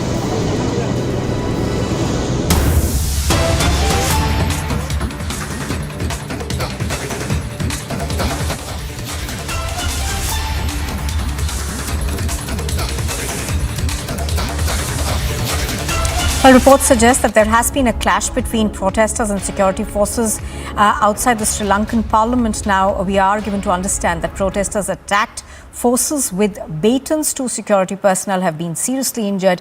36 protesters are admitted to hospital. 2 tear box canisters are also missing. News seems to suggest that 1 T-56 assault rifle is also missing. Do remember that there is an emergency that's been put in place in Sri Lanka. There was a curfew that was there since yesterday. I think that curfew has also been reimposed right now.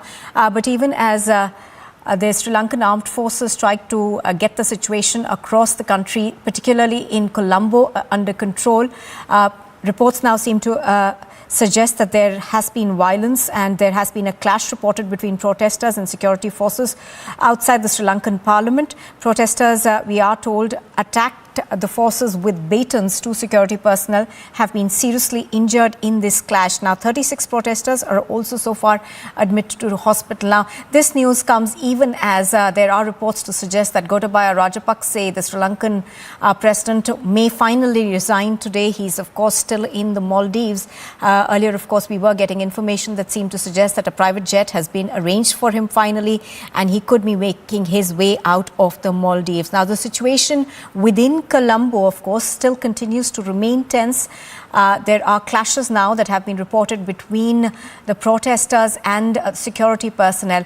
Do remember that the acting president, Ranil Wickremesinghe, yesterday had asked security forces to make sure that the security situation in Colombo returns to normal. The army is out on the streets even as we speak, and we are learning that protesters were trying to assemble at various locations where they have been holding protests since the weekend now. And thereafter there was a clash that was reported between the security forces and protesters. We are told that force was used by the protesters who attacked the security forces who are guarding Parliament House with batons. 36 protesters are also believed to be injured. Now, just yesterday, of course, we saw visuals of how these protesters were going towards the Parliament as well as the Prime Minister's residence as well as the President's palace in huge numbers. They were being repelled by security forces who are now out on in full force on the streets of Colombo trying to restore order. A lot, of course, in terms of transition of government will perhaps take place soon. Let's listen into a report that was filed by Republic TV's Saloni earlier.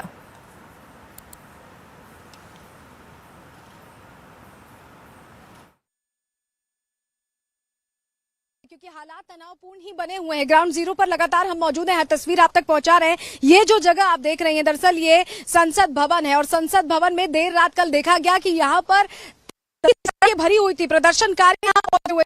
आपको तस्वीरों में दिखाएं, ये जो नए barricades लगाए गए हैं, 2 लेयर सिक्योरिटी सिस्टम अब कर दिया गया है अनामिका। और ये वो बैरिकेड्स नहीं है जिनके नीचे व्हील्स लगे होते हैं, जिनको आप खिसका लेते हैं, हटा लेते हैं, क्योंकि कल वो बैरिकेड्स हटा दिए गए थे। ये नट्स एंड बोल्ट से फिक्स किए गए बैरिकेड्स हैं। आप देखिए, आप गौर से देखेंगी तो यहाँ पर जो आपातकाल लागू है उसके बाद तमाम यहाँ पर कोशिशें की जा रही है कि प्रदर्शनकारियों को रोका जाए, क्योंकि जो तमाम संवैधानिक भवन है, या बात करें आप राष्ट्रपति भवन की बात करिए, आप प्रधानमंत्री के दफ्तर की बात करिए, प्रधानमंत्री के आवास की बात करिए, सब पर जनता का कब्जा हो चुका है। जनता यहाँ सड़कों पर उतर चुकी है और उद्घोष कर चुकी है कि वो सत्ता से 2-2 हाथ करने को तैयार है। आप तस्वीरों में अगर देखें तो 2 लेयर सिक्योरिटी सिस्टम यहाँ पर दिखाई दे रहे हैं। यहाँ से करीब 500 मीटर की दूरी पर करीब संसद भवन है और उससे पहले ही रोकने की तैयारी की जा रही, क्योंकि कल यहाँ पर भारी संख्या में प्रदर्शनकारी देर रात तक मौजूद रहे थे। कल के जो बैरिकेड्स हैं, अगर अभय आपको आगे आकर दिखा पाए, अभय इधर आएंगे जरा, ये जो बैरिकेड्स नीचे पड़े हुए हैं, अगर आप ये दिखाएं दिखाएं, कल ये व्हील वाले बैरिकेड्स लगे थे, इन्हें हटाना पड़ा क्योंकि इनको खिसकाकर वहां से हिलाना बहुत आसान था और प्रदर्शनकारी शायद यही वजह है कि कल आगे तक बढ़ गए थे। स्पीकर हाउस भी यहीं पर है, ऐसे में और ज्यादा यहाँ पर मुस्तैदी बढ़ती जा रही है। ये आपको हम कल के बैरिकेड्स की तस्वीरें दिखा रहे हैं, व्हील वाले ये बैरिकेड्स थे जिन्हें हटा दिया था प्रदर्शनकारियों ने और वो चढ़ाई करने लगे थे आगे संसद भवन की तरफ। तो इस बार और ज्यादा मुस्तैदी बरतते हुए सुरक्षा बलों ने देखिए जो 2 लेयर सिक्योरिटी सिस्टम में बैरिकेड्स लगाए हैं वो दूसरे तरह के बैरिकेड्स हैं, हम आपको दिखा रहे हैं। और आप ये पूरी एक लेयर देख पा रही हैं, इसके पीछे एक और लेयर ऐसी बनाई गई है और बीच में आप सिक्योरिटी फोर्सेस को देख पाएंगे। जो सुरक्षा बल हैं, जो जवान हैं, वो यहाँ पर बीच में तैनात है और भारी संख्या में तैनात है क्योंकि कभी भी यहाँ पर लोगों का रैला पहुंच सकता है। तस्वीरें हम आपको दिखा रहे हैं। और आगे अगर आप दूसरे बैरिकेड के आगे देखें, अगर अब आपको दिखा पाए तो वहां पर जो वाहन तैनात है, वहां पर वाटर कैनन के वाहन तैनात है, टीयर गैस की तैयारी है। कभी भी यहाँ पर अगर इस तरह की आपात स्थिति, कल जैसी पीएमओ ऑफिस जैसी स्थिति बनती है तो सुरक्षा बल पहले ही यहाँ पर तैयारी कर चुके हैं। अब जरा राजनीतिक हालात भी समझ लेते हैं अनामिका। देखिए अभी जो स्थिति है, गोटबाया राजपक्षे भरोसा देकर कि 13 तारीख को इस्तीफा देंगे, उन्होंने इस्तीफा नहीं दिया। विक्रम सिंघे को उन्होंने प्रभार दे दिया है। कार्यकारी राष्ट्रपति के तौर पर जनता रानिल विक्रम सिंघे को भी एक्सेप्ट करने को, उनको मानने को तैयार नहीं है। All right, so we are now getting to learn that curfew has been reimposed in parts of Sri Lanka, particularly the western province of Sri Lanka, from 12 o'clock this afternoon to about 5 o'clock tomorrow morning. So curfew being reimposed after reports came in of clashes that had broke out between the protesters and the armed forces, which have now been asked by the Prime Minister and the acting President Ranil Wickremesinghe to restore order in Colombo. So curfew over there being reimposed till tomorrow morning. Let's head back to our reporter on the ground who's bringing us more updates in terms of what's happening there. संसद भवन के दूसरे gate पर पहुंच गए। हमने आपको तस्वीरें दिखाई, जब पहले गेट से हम दूसरे गेट की तरफ बढ़ रहे थे तो टैंक्स, यहाँ पर जो आर्मर्ड व्हीकल्स हैं वो दौड़ते हुए नजर आ रहे थे सड़कों पर। और ये संसद भवन का दूसरा गेट है, यहाँ पर भी आप ये लेयर सिक्योरिटी, 2 लेयर्स बनाई गई है सिक्योरिटी की और भारी डिप्लॉयमेंट आप देख पा रहे हैं। पुलिस की भी है और आर्मी की भी यहाँ डिप्लॉयमेंट नजर आ रही है। इमरजेंसी लागू है लेकिन गोटबाया राजपक्षे ने अब तक इस्तीफा नहीं दिया है। देखिए इस्तीफे ना देने का कारण भी अगर हम समझें तो राष्ट्रपति रहते उन्हें जिस तरह से ईजी एक्सेस मिल रहा है, जैसे वो मालदीव चले गए राष्ट्रपति रहते, उन्हें वैसे ही वो कोशिश करना चाह रहे हैं कि उस पद पर रहते हुए ही वो सिंगापुर चले जाएं, क्योंकि उन्हें जो तमाम जो ब्यूरोक्रेट्स का जो एडवांटेज है, वो ब्यूरोक्रेसी का जो एडवांटेज है वो राष्ट्रपति रहते ही मिलेगा और ऐसे में वो इस्तीफा नहीं दे रहे हैं। ये इसके पीछे कारण हो सकता है कि उनका इस्तीफा अब तक नहीं आया है। लेकिन कल संसद की बैठक होनी है और आज जो प्रोटेस्टर्स हैं उन्होंने एक मूक समझौता कर लिया है आर्मी के साथ और वो जो भवन है आधिकारिक तौर पर वो अंदर भी है लेकिन काफी संख्या में उन्होंने भवन को खाली कर दिया। एक तरह से जो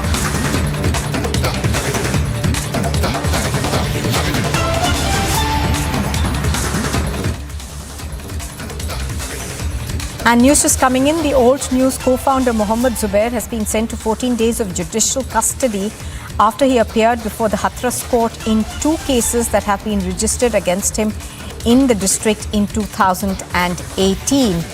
So we are now learning that Mohammed Zubair, the co-founder of Old News, has been sent to 14 days in judicial custody. Shavan Sen on the phone line with us. Shavan, good afternoon. Give us more details. Well, in fact, the details that we are picking up right now is that he's been sent to 14 days judicial custody. And the other important bit is that this comes at a time that the Uttar Pradesh police has already created a special investigation team to look into the multiple cases that have been registered against Zubair. Now, these are cases which date back to about 2018 also, where we give it to understand that all the FIRs that have been registered against him, they are being looked into by the special investigation team. They would be looking into the FIRs that have been registered against him.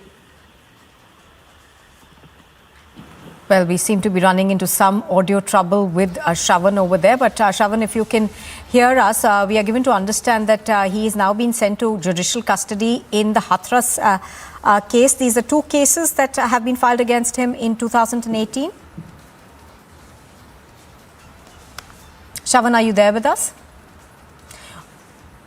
All right, I think we've that audio connection with Shavan isn't working too well. We will try to re-establish that link and get him back. But this is what we know so far. The Alt News co-founder, Mohammed Zubair, has been sent to 14 days of judicial custody after he appeared before the Hathras court after 2 cases were registered against him in the district in 2018. Now, do remember that Mohammed Zubair is facing cases in New Delhi as well, in which he's already under police custody. So the latest news coming in is that the Alt News co-founder has been sent to 14 days of judicial custody. I think we've got Shavan back on the phone line. Shavan, you were taking us through the details of these 2 cases that were registered against him in 2018. Well, in fact, Nupur, not just one case, we're looking at multiple cases that have been registered. In fact, 1 FIR each has been registered against Zubair in Sitapur, Lakhimpur Kheri, Muzaffarnagar and Ghaziabad, and 2 cases are in Hathras. He's already appeared before the court in the 2 cases in Hathras. These are cases which have been registered under sections 295A, that is insulting a religion, 153, that's provocation with intent to cause riot, 147, 504 and 506 and some acts of the some sections of the IT Act. In fact, it's a 2-member SIT team that is looking into all these allegations, which comprises the IG jail as well as DIG rank officer, who are basically going to look into. An order has already been issued by the Uttar Pradesh government. All right. So Shavan, of course, is bringing us the latest on this. Now, Shavan, of course, he's in considerable legal trouble because there are other cases also that have been filed against him, particularly the one that is being filed in New Delhi. Well, as far as the first case that was registered by the Delhi police special cell, remember, in that case too, the ambit of the investigation has certainly widened. Thereafter, remember, there have been multiple cases in which he's now being taken to various courts, especially in Uttar Pradesh, given the fact that these are cases that have been these are cases that have been registered against him. Now, these are specific cases in which they are looking at where the fact checker, the alleged fact checker, has been accused of making sarcastic remarks against anchors of certain news channels, posting derogatory posts on Hindu gods, hurting the sentiments of Hindus. Now, these are the sections, these are the charges that have been leveled against him. There are already 6 FIRs that have been registered against Alt News co-founder Mohammed Zubair, and that too in different districts of the state. So, of course, it certainly means more trouble for Mohammed Zubair. He's actually been granted interim bail by the Supreme Court, but given the fact that he has facing charges in multiple police stations, it's unlikely that he's going to be out anytime soon. All right, so we are also given to understand that the investigation perhaps is now widening, and the ambit of the investigation will look at the source of funding as well.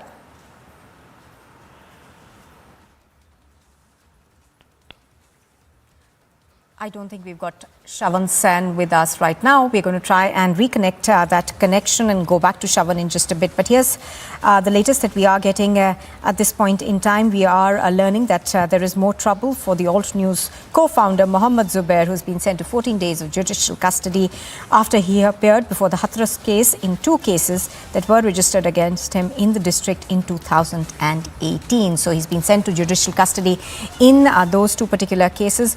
Do remember that there are other cases that have been filed against him as well, pertaining to his tweets as well as to other posts on the social media. So essentially trouble mounting for Mohammed Zubair, the Alt News co-founder.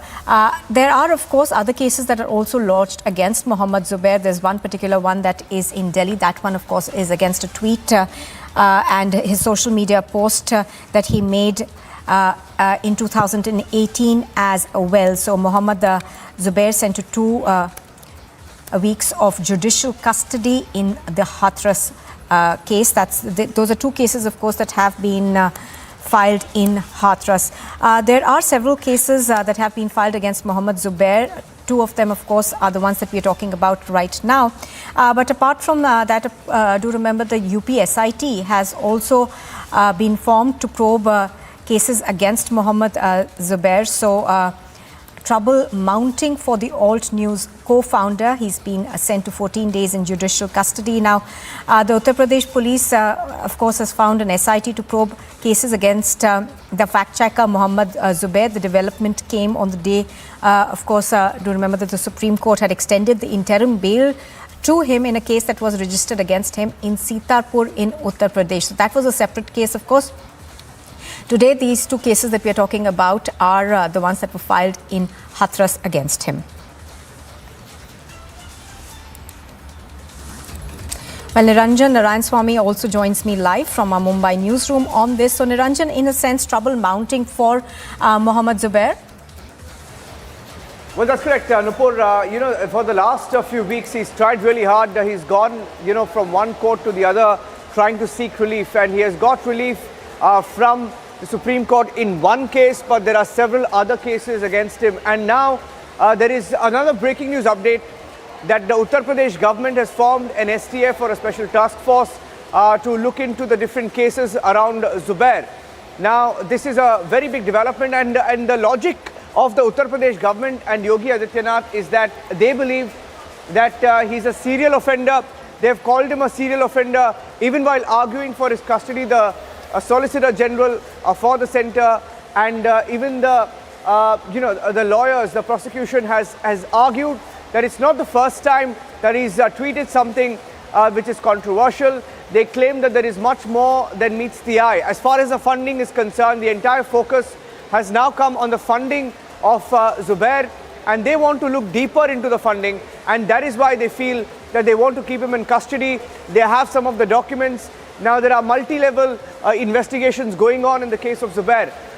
You have, on one hand, him being booked for his controversial tweets, derogatory, targeting religions, targeting gods, and at the same time, you have the funding becoming the focus. The Enforcement Directorate included has asked for all the documents and is making sure that they look at the funding aspect of Mohammad Zubair. Now, that has come under question.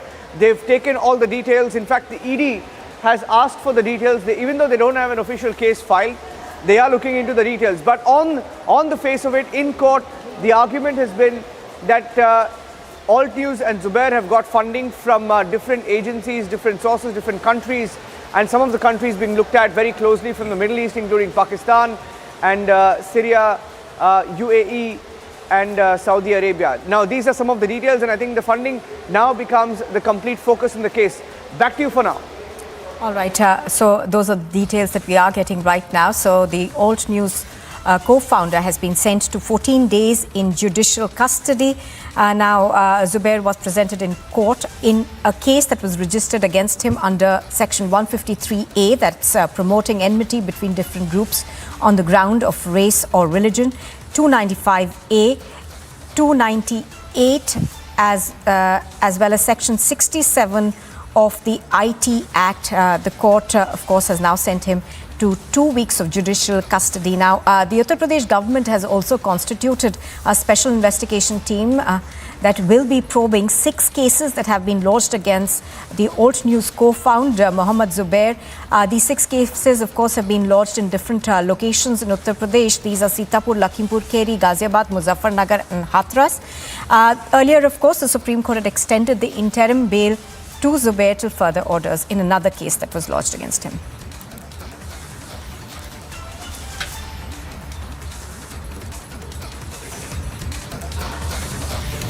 Well, a 10-minute tornado-like weather event has been reported in Kochi. It wreaked havoc. At least 44 houses were damaged and several trees were uprooted.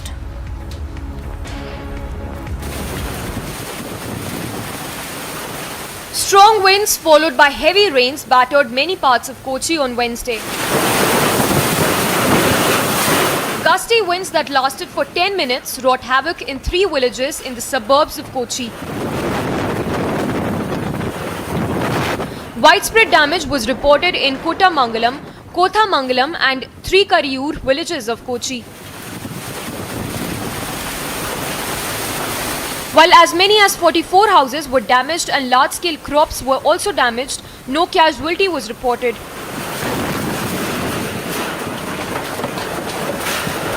The tornado-like wind destroyed several crops as well.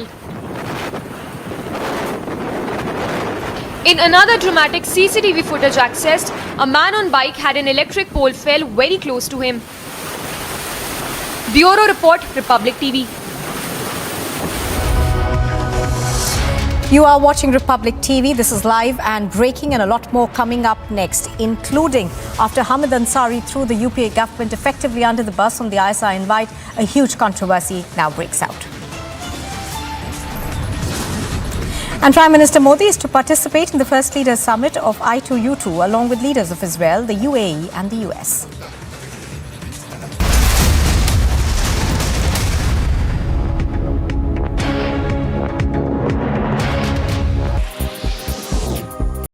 Cricketer Jasprit Bumrah regains #1 spot in ICC Men's ODI bowler rankings following his career best spell in England, which helped the men in blue crush England by 10 wickets in the first ODI.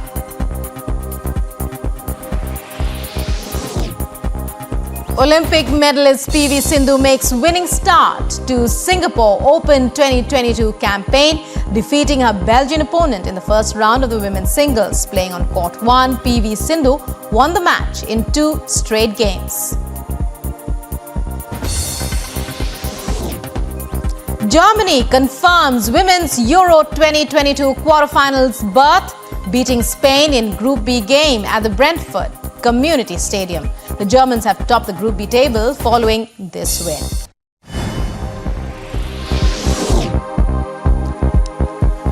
And more news from across the world, with the Chinese government escalating its efforts to tide over a dip in its economic growth. China's new loans for the first half of 2022 allegedly grew to a new record high.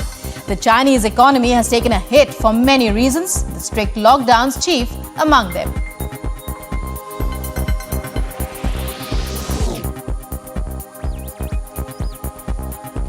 China claims its foreign trade grew by 9.4% in the first half of 2022 compared to the same period the previous year. Chinese General Administration of Customs says exports grew by 13.2%, imports by 4.8%, though with a massive base effect.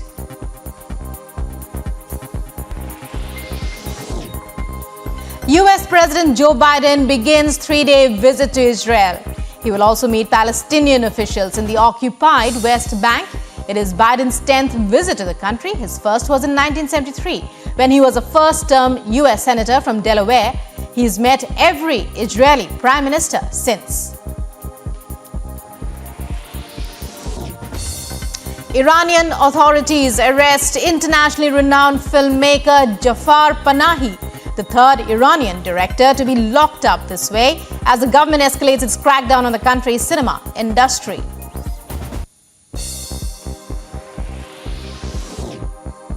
Australian Prime Minister Anthony Albanese holds bilateral talks with his Solomon Islands counterpart in Fiji amid concerns about recent China-Solomon Security Pact, which the Oceania nations fear could...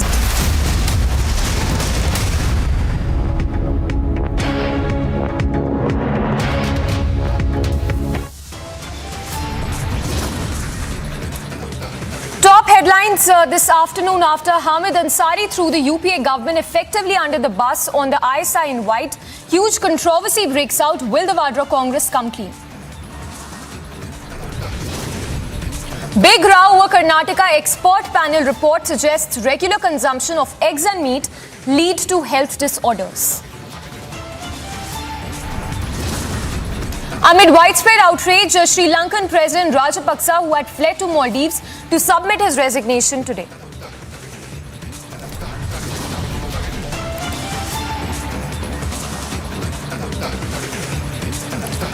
Biggest crew on the ground as Sri Lanka goes in total collapse, Republic reports from Ground Zero.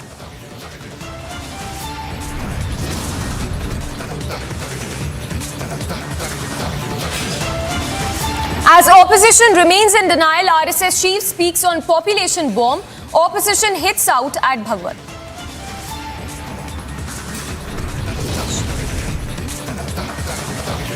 Tornado wreaks havoc in Kochi. Widespread damage in 3 villages. Several houses damaged as well. Prime Minister Modi to participate in the first leaders summit of I2U2 along with leaders of Israel, UAE and the US today.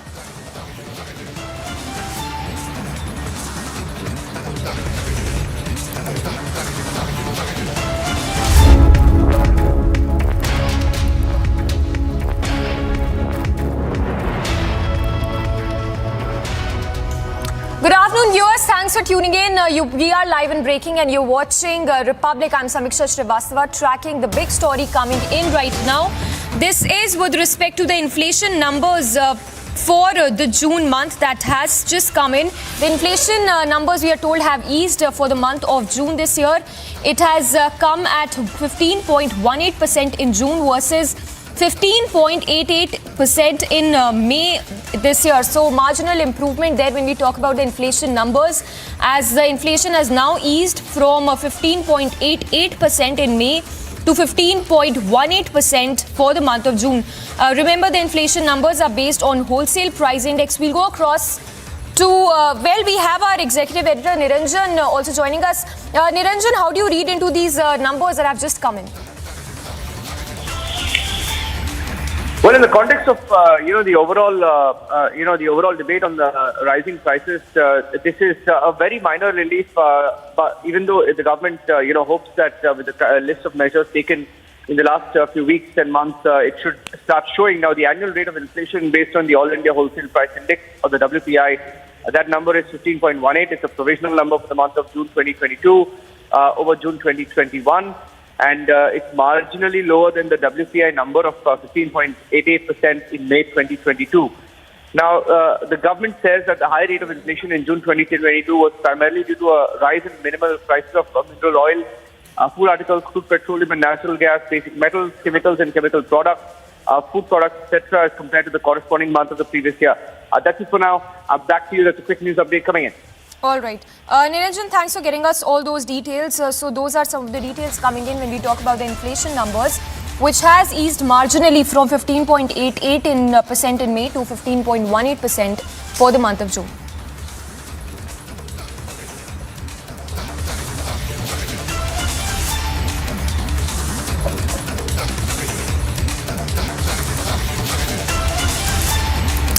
Well, moving on to other big story that we are tracking with respect to the Sri Lanka crisis. The latest that is coming in, that curfew has been imposed yet again today starting 12 p.m. So it has been enforced starting 12 p.m. in Colombo, we are told. So this, of course, has been enforced from 12 p.m. this afternoon till 5 a.m. tomorrow, we are told, in Colombo. We'll go across to our reporters as well who are reporting on the ground, getting us updates by the minute. But as of now, what we're learning is that curfew has been reimposed in Colombo, and it will remain in force till 5 a.m. tomorrow. So this is the latest coming in. Remember, President Rajapaksa, who continues to stay put in Maldives as of now, he's set to submit his resignation by today itself, but as of now he remains in Maldives and is set to fly to Singapore, is also what we are learning at this point. So the information that is coming in, that the curfew from 12 p.m. will remain in force till 5 a.m. tomorrow, till early morning. And this in wake of the protests, which is being said will also continue today as well when we talk about the situation that is unfolding in Sri Lanka. Remember, security has been heightened as well amid the massive protests that was seen yesterday as well. In fact, several people were also injured in the tear gas shells that were fired by the personnel who were taking stock of the situation on the ground. As of now, the latest that is coming in, that curfew has been reimposed and this will remain in effect till 5 a.m. tomorrow morning. So a lot of information that is trickling in right now. We are also told that 36 protesters were injured. They have been admitted to the hospital after they were injured as a result of the tear gas shells that were fired at them by the personnel who were deployed by the administration there. Lot of updates that are also coming in right now. In fact, we are told that a private jet has also landed in Maldives to get President Gotabaya Rajapaksa out of Singapore. We are told that he out to Singapore, beg your pardon. So from Maldives, the President Rajapaksa will be flying to Singapore, which we are told the country that has offered to provide asylum to the president. In fact, more information that is coming in. Well, that is the big news break coming in. Rajapaksa has flown to Maldives now. Remember, a private jet was facilitated for the president Rajapaksa there, and now we are told that he has flown out of Maldives. He is headed to Singapore now, as the country, as the latter has offered asylum to the president. Remember, he's also expected to tender his resignation as well today.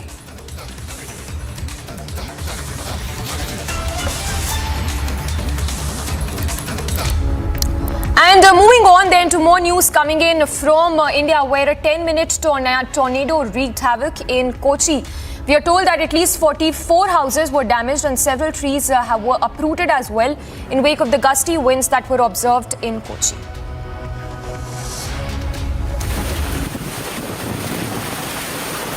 Strong winds followed by heavy rains battered many parts of Kochi on Wednesday. Gusty winds that lasted for 10 minutes wrought havoc in 3 villages in the suburbs of Kochi. Widespread damage was reported in Kottamangalam, Kothamangalam and Trikariyur villages of Kochi. While as many as 44 houses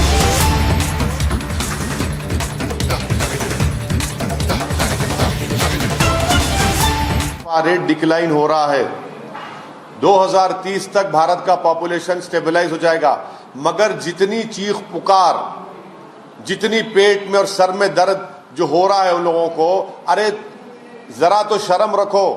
जो demographic dividend Bharat में है, हमारे भारत की 50% आबादी 25 साल के कम उम्र के युवाओं की है, कुछ तो करो उनके लिए। मोदी सरकार ने क्या किया बताओ? 60% आबादी 40 साल से कम उम्र की, आपने क्या किया 8 साल में बताओ? इस पर डिबेट होनी चाहिए। बेरोजगारी इस मुल्क का सबसे बड़ा बर्निंग मसला है। अब रहा सवाल, मोहन भगवत साहब ने यह भी कह दिया कन्वर्जन। क्या कन्वर्जन से भारत को क्या ताल्लुक? मोहन भगवत साहब बताइए, मोहन भगवत साहब के क्या भारत का कोई रिलीजन है? भारत का कोई रिलीजन नहीं है। भारत सब रिलीजन को मानता है, भारत की खूबसूरती है। भारत का कोई रिलीजन है क्या? आप चाहते हैं कि भारत का एक रिलीजन हो जाए। आरएसएस चाहती कि भारत का एक रिलीजन हो, एक कल्चर हो, एक जबान हो। ये नहीं हो सकता। इसलिए नहीं हो सकता क्योंकि भारत एक मल्टी कल्चरल मुल्क रहा है और रहेगा। क्या आप साउथ की तहजीब को नॉर्थ में फोर्सबली इंप्लीमेंट कर सकते? नहीं कर सकते। क्या आप एक रिलीजन को इंप्लीमेंट कर सकते? नहीं कर सकते। भारत की खूबसूरती है। अरे भाई, आप इतना डर क्यों रहे कन्वर्जन से? मुझे समझ नहीं आ रहा मोहन भगवत साहब। डरने की बात क्या है? कन्वर्जन तो एक इंसान का चॉइस है ना। चॉइस तो भारत के संविधान में फंडामेंटल राइट है। पुट्टू स्वामी जजमेंट के बाद मोहन भगवत साहब, चॉइस एक फंडामेंटल राइट बन चुका है। कोई मजहब चेंज करेगा, उससे तकलीफ क्या आपको क्या हो रही है? कोई भगवान को नहीं मानता, ठीक है। यही तो खूबसूरती है भारत की। और देखिए मोहन भगवत साहब, एक बात याद रखिए, हिंदुत्व में और भारतीयता में बहुत फर्क है। हिंदुत्व में और भारतीयता एक नहीं है मोहन भगवत साहब। ये दोनों अलग अलग चीजें हैं। सर, क्या आप कहना चाह रहे हैं कि कन्वर्जन सही है? अगर आपका मन लगता है कि मैं कन्वर्ट करना चाह रहा हूं, तो मैं कौन होता हूं रोकने वाला आपको? मैं कौन होता हूं रोकने वाला आपको? कन्वर्जन जबरदस्ती पे होते हैं। देखिए सुप्रीम कोर्ट के जजमेंट्स हैं। किसी कन्वर्जन छोड़िए, किसी पे भी जबरदस्ती नहीं कर सकते आप। भाई, आप तो नाम पूछकर मारते हैं, वो जबरदस्ती नहीं है। गोश्त रखने के शुबे में आप वीडियो बनाकर मारते हैं, वो क्या है फिर? अगर कोई कन्वर्ट होना चाहता है, जैसा कि एक वो एक्स उत्तर प्रदेश के वक्फ बोर्ड चेयरमैन थे, वो कन्वर्ट हो गए, उस पर मोहन भगवत बोलो, उस पर बोलिए। अरे उस पर बोलेंगे नहीं? हाँ, वहां मर्जी आ गई, वहां मर्जी आ गई। प्यारे, क्या बात है। वाह वाह, आपकी मोहब्बत सलामत रहे उस आइडियोलॉजी के लिए। से होते हैं उसके लिए वही तो प्रॉब्लम है। मोहन भागवत साहब ने ये भी कहा कि पॉपुलेशन के मुताबिक उन्होंने ये बात बोली कि जनसंख्या पैदा करना सिर्फ जानवरों का काम है। मतलब सुनिए, मोहन भागवत साहब को संविधान पढ़ना चाहिए। आप संविधान को कब माने हमको मालूम। अब भारत 75वीं आजादी यौम आजादी मनाने जा रहा है। तिरंगे को आप कब माने, ऑर्गेनाइजर पढ़ लो आपने 3 रंग के बारे में आपके उस वक्त के सरसंचालक ने क्या कहा था वो पढ़ लो आप। जनगण मन के बारे में आपके उस वक्त के सरसंचालक ने क्या कहा था पढ़ लो आप। मोहन भागवत साहब, मेरी आपसे गुजारिश है कि डायरेक्टिव प्रिंसिपल्स पढ़िए भारत के संविधान के। आप लोग के दिमाग में खाली 44 घुसा हुआ है। क्या डायरेक्टिव प्रिंसिपल में नहीं लिखा गया कि जो कमजोर होगा उसको ताकतवर बनाया जाएगा। सोशली कमजोर होगा ताकतवर बनाओ, इकोनॉमिकली कमजोर होगा ताकतवर बनाओ, पॉलिटिकली कमजोर होगा ताकतवर बनाओ।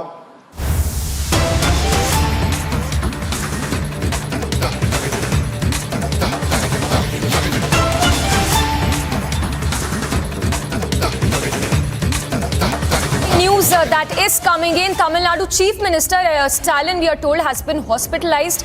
So that's a big news break coming in from Tamil Nadu.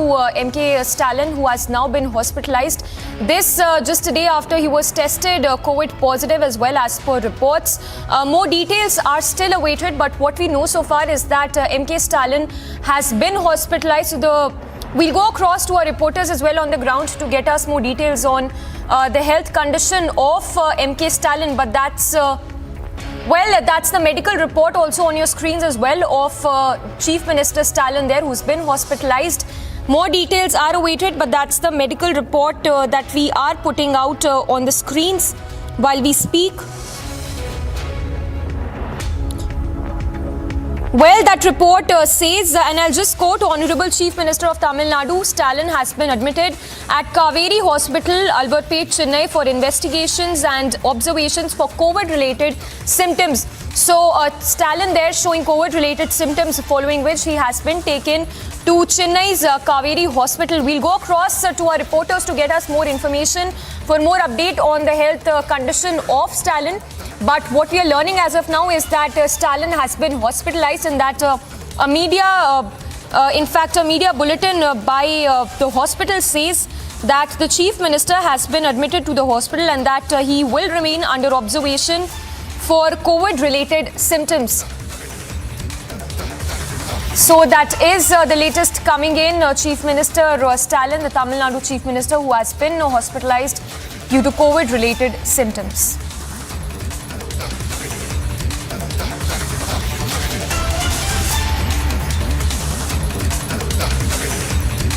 Well, we'll go across to our reporters to get more information on the health condition of MK Stalin. But what it appears, his health condition does not look good, as he has been hospitalized.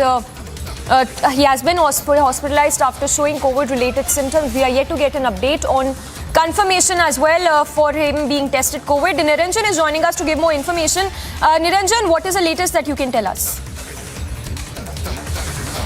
Well, the details that we have on record is that the Tamil Nadu Chief Minister MK Stalin has been admitted to a private hospital in Chennai for investigation and observation for COVID-19 related symptoms. And on your screen right now, on the left of your screen is MK Stalin, and on the right, that's the medical bulletin that has been released by the state. That's a statement on Stalin issued by the hospital, and the hospital is the Kaveri Hospital, has said that the Honorable Chief Minister, and that's a medical bulletin that was released at about 12:20 p.m. At 12:20 p.m. they've issued a medical bulletin to say that the Chief Minister of Tamil Nadu, MK Stalin, has been admitted at Kaveri Hospital, Alvarpet, Chennai for investigations and observation for COVID-related symptoms. And that's the official word coming in from the Kaveri Hospital in Chennai. Waiting for more details. The moment we have an official word, official statement or an updated medical bulletin, we'll keep coming back to you. Yes. Back to you for now. All right. Niranjan, thank you for that. So more details are awaited. What we know so far is that MK Stalin has been hospitalized following after he showed some COVID-related symptoms. More details are awaited on the health condition of the Tamil Nadu Chief Minister. But what we know so far is that he's been admitted to a Chennai private hospital. This is the Kaveri hospital that you're talking about here. The media bulletin that has been released by the hospital says that the Chief Minister has been admitted after he showed some COVID-related symptoms. We are yet to get some confirmation as well if the Chief Minister is COVID positive. But what we know so far is that the Chief Minister is showing COVID-related symptoms, as a result of which he's now been hospitalized.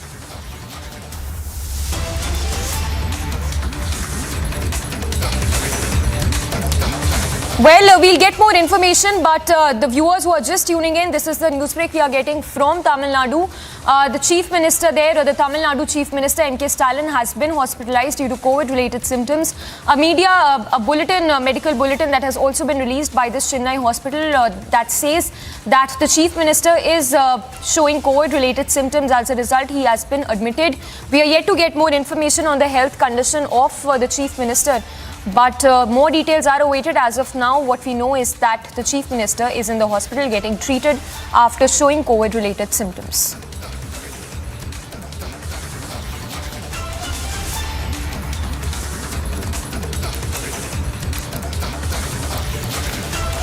So this is a news coming in from Chennai, where Chief Minister Stalin has been hospitalized for showing COVID-related symptoms. What we know so far is that he's been admitted to Kaveri Hospital in Chennai.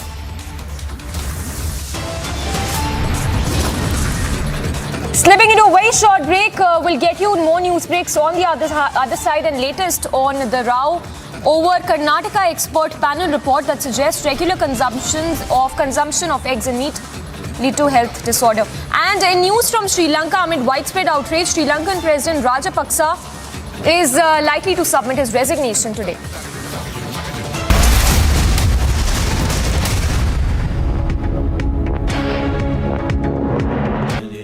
Amity has been ranked India's #1 not-for-profit private university for 9 years, with top 10 ranked institutions in management, engineering, biotech, law, masscom, telecom, hospitality, fashion and more.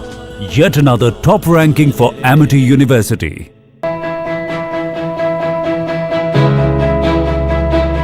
Getting a cab these days is nearly impossible because half the time you don't get rides.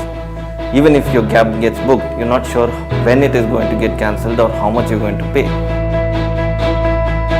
Now, answering all this, Mind has come up with beautiful solutions whereby we don't have a surge rate here because they go by government prescribed rates.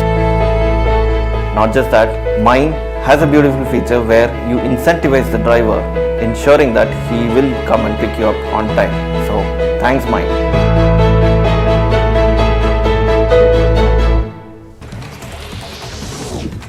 Now, in a major development, after Republic Bharat's impact, Jharkhand government has reduced the number of Urdu schools from 8 to 4 in the Jamtara district. Jharkhand government issued a statement on the matter. This comes after weekly offs in several government-run primary schools in Muslim-dominated areas of Jharkhand's Jamtara district were changed from Sunday to Friday, allegedly due to pressure from local residents.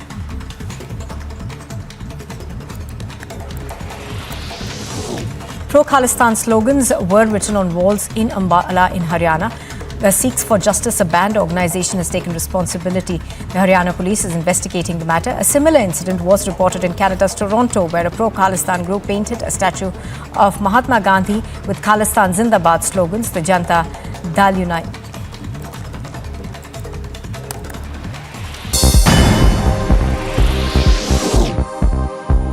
In the 9th to 12th placings match of the FIH Hockey Women's World Cup, Spain and the Netherlands on Wednesday at Estadi Olympic de Tarrasa, Spain.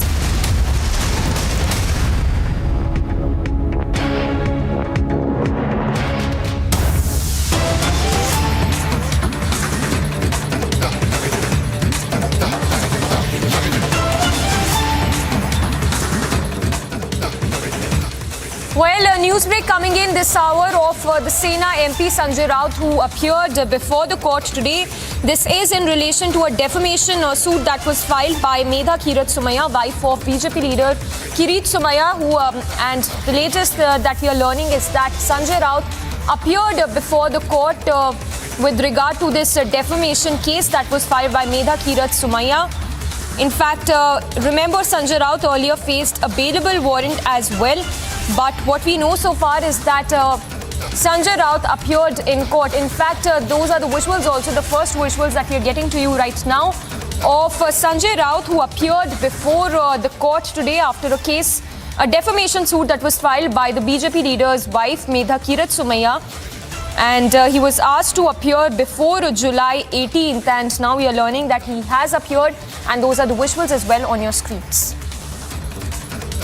So those are the details that we are picking up right now. Sanjay Raut appeared before the Sewari court as the court issued a bailable warrant. This is in a defamation case that was filed by Medha Kirat Somaiya.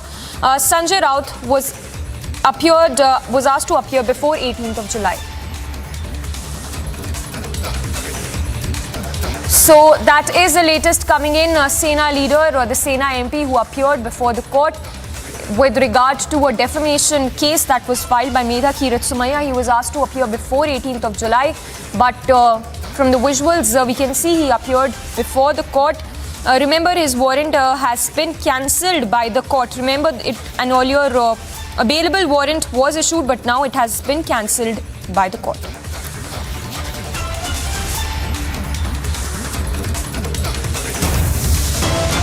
A very short break. On the other side, we'll get you all the latest as after Hamid Ansari threw the UPA government effectively under the bus on the ISI invite, huge controversy breaks out. Will the Vadra Congress come clean?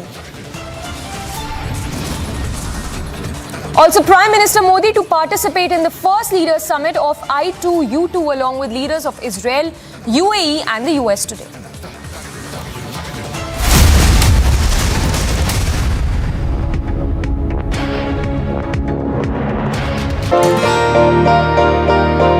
ನಾನು ಒಂದು agriculture ರಿಲೇಷನ್ಸಲ್ಲಿ ಕೆಲಸ ಮಾಡ್ತಾಯಿದ್ದೆ. ಅದರಲ್ಲಿ ನಾನು ಸಂಪಾದನೆ ಮಾಡಿದಂಥ ಹಣ daily 25ರಿಂದ 30% ಹಣ ಕಮಿಷನ್ ಹೋಗ್ತಾಯಿತ್ತು. ನಮ್ಮ ಮನೆಗೆ ಏನು ಸಹ ತೊಗೊಂಡೋಗ್ತಾ ಇರಲಿಲ್ಲ. ಅದೇ ಒಂದು ಮೈನ್ ಕಂಪ್ನಿಗೆ ಜಾಯ್ನ್ ಆಗಿದ್ದೀನಿ. ಅದರಲ್ಲಿ 0 ಕಮಿಷನ್ ಇದೆ. ಅದರಿಂದ ಸಂಪೂರ್ಣ ನಾನು ದುಡ್ದಂಥ ಸಂಪೂರ್ಣ ಹಣವನ್ನು ನನ್ನ ಮನೆಗೆ ಸಹ ತೊಗೊಂಡೋಗ್ತಾಯಿದ್ದೀನಿ. ಅದರಲ್ಲಿ ಇನ್ನೊಂದು ಏನಪ್ಪ ಬೆನಿಫಿಟ್ಟು ಅಂತ ಅಂದರೆ 5 ಲಕ್ಷ ಡ್ರೈವರ್ಗೆ ಹೆಲ್ತ್ ಇನ್ಸೂರೆನ್ಸ್ ಕೊಡ್ತಾಯಿದ್ದಾರೆ. ಇದರಲ್ಲಿ ತಿಂಗಳಿಗೆ 2999 ರೂಪಾಯಿ ರೀಚಾರ್ಜ್ ಇದೆ. ಇಲ್ಲ ಒನ್ ಡೇಗೆ 149 ರುಪೀಸ್ ರೀಚಾರ್ಜ್ ಇದೆ.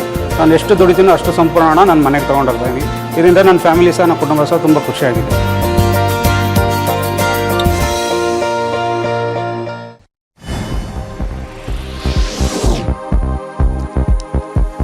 And more news from across the world, with the Chinese government escalating its efforts to tide over a dip in its economic growth. China's new loans for the first half of 2022 allegedly grew to a new record high.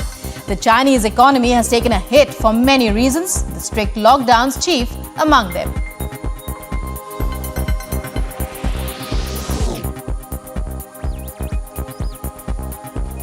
China claims its foreign trade grew by 9.4% in the first half of 2022 compared to the same period the previous year. Chinese General Administration of Customs says exports grew by 13.2%, imports by 4.8%, though with a massive base effect.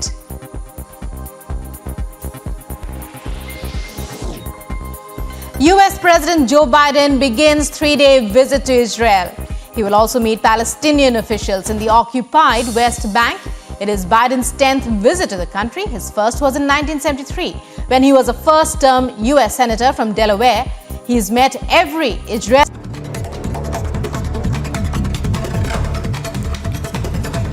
And news in brief, the Lok Sabha Secretariat has issued a new booklet that delineates words that are to be considered unparliamentary in both the houses. Words such as Jumla JV, Bal, in fact, several such words which include Snoopgate, COVID spreader, among others, are a part of this booklet that has been released, and several parties also now reacting to it, condemning the words that the Lok Sabha Secretariat has released to not be used during the session. Several flights bound for Sri Lanka have been given clearance for a technical landing amid the civil crisis in Sri Lanka. More than 120 such flights are to be allowed to land in Thiruvananthapuram and Kochi as a result.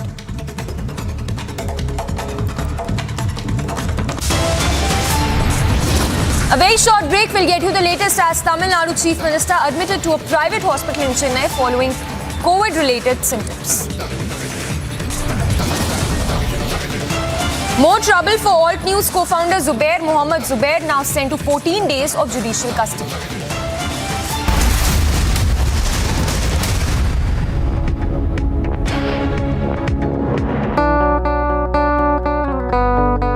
My app ಒಂದು app launch ಆಗಿದೆ. ಇದು ಒಂದು auto ಡ್ರೈವರ್ಸ್ಗೆಲ್ಲ ತುಂಬ ಹೊಸ ಅನುಭವ. ಹಾಗಾಗಿ ಯಾವುದೇ ತೊಂದರೆ ಇಲ್ದಿರ ಇದನ್ನು ನಾವು ಎಲ್ಲ ಆಟೋ ಡ್ರೈವರ್ಸು ಉಪಯೋಗಿಸ್ಕೋಬೋದು. ದಿನಕ್ಕೆ 29 ರೂಪಾಯಿ ಹಾಗೂ ತಿಂಗಳಿಗೆ 499 ರೂಪಾಯಿ. ಯಾವುದೇ ಒಂದು ಕಮಿಷನ್ 30% ಕಮಿಷನ್ ಇಲ್ದಿರ ಇನ್ನೊಬ್ಬ ಅಗ್ರಿಗೇಟ್ಸ್ಗೆ ನಾವು ಕೊಡ್ದಿರ ನಮ್ಮ ಸಂಪಾದನೆ ಹಣನ ನಾವು ತೊಗೊಂಡೋಗ್ಬೋದು. ನಾವು ಕಷ್ಟಪಟ್ಟ ಹಣ ನಮ್ಮ ಹತ್ರನೇ ಇರುತ್ತೆ. ನನ್ನ ಸಂಪೂರ್ಣ ದುಡಿಮೆ ನನ್ನ ಹತ್ರ ಇದೆ. ನಾನು ಖುಷಿಯಾಗಿದ್ದೀನಿ.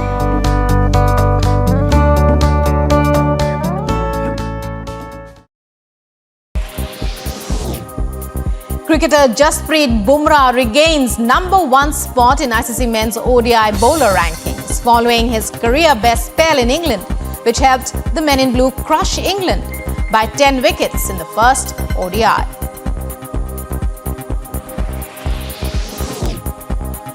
Olympic medalist PV Sindhu makes winning start to Singapore Open 2022 campaign, defeating her Belgian opponent in the first round of the women's singles. Playing on court 1, PV Sindhu won the match in 2 straight games.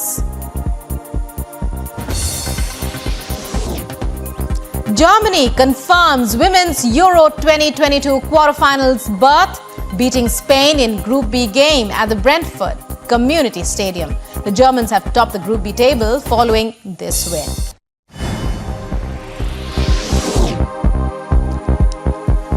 And more news from across the world, with the Chinese government escalating its efforts to tide over a dip in its economic growth. China's new loans for the first half of 2022 allegedly grew to a new record high. The Chinese economy has taken a hit for many reasons, the strict lockdowns chief among them.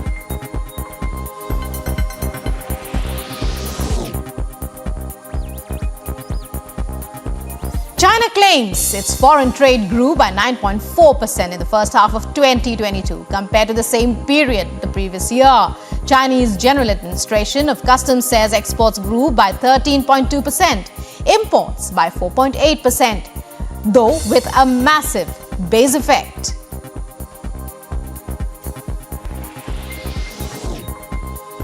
US President Joe Biden begins 3-day visit to Israel.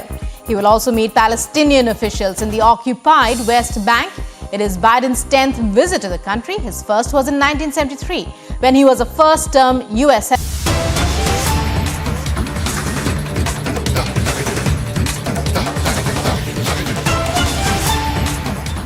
Big news coming in, viewers. More trouble for Sanjay Pandey. Also, a top business journalist is also under the scanner. Now, the ED is stepping into the NSC scam case. ED has filed the ECIR in the NSC phone tapping case, and we're getting more news coming in where there has been fresh trouble now coming in for Sanjay Pandey, and the ED also stepping into the NSC scam case. Now, this is coming after CBI raids of former Mumbai police chief Sanjay Pandey, ex-NSC CEOs Chitra Ramakrishnan and Ravi Narayan. So we're getting more news coming in this big story. Earlier there were raids conducted at multiple locations: Mumbai, Pune, Delhi, NCR, Lucknow, Kota, Chandigarh.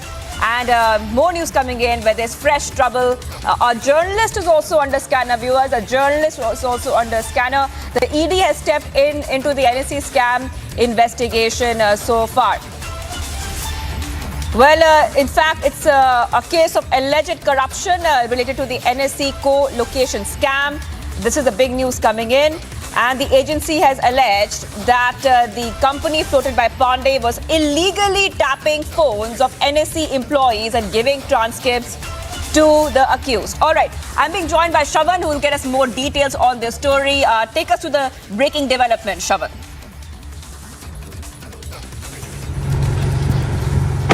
Well, the Central Bureau of Investigation had basically filed an FIR in the NSC illegal phone tapping case, and thereafter multiple searches were being carried out. The latest development being that the Enforcement Directorate has also now stepped in. They have filed an ECIR, which is an FIR equivalent, in which they have named Sanjay Pandey, former Mumbai Police Commissioner, as an accused. Along with it, NSE officials, which includes the former MD of NSE, Chitra Ramakrishna, and Ravi Narayan. Let's just quickly take our viewers through what's the basic allegation that's been leveled against Sanjay Pandey. In fact, he's been accused of running a company which goes by the name of ISEX Securities Private Limited, a company that was roped in by Chitra Ramakrishnan and Ravi Narayan to carry out phone tapping. In fact, sources within both the agencies indicate that while the NSE co-location scam was actually going on, during the same very period, this phone tapping was taking place. They were tapping phones of NSE officials. They were suspecting that insider trading could be taking place, and that is the reason why this kind of phone tapping was being done.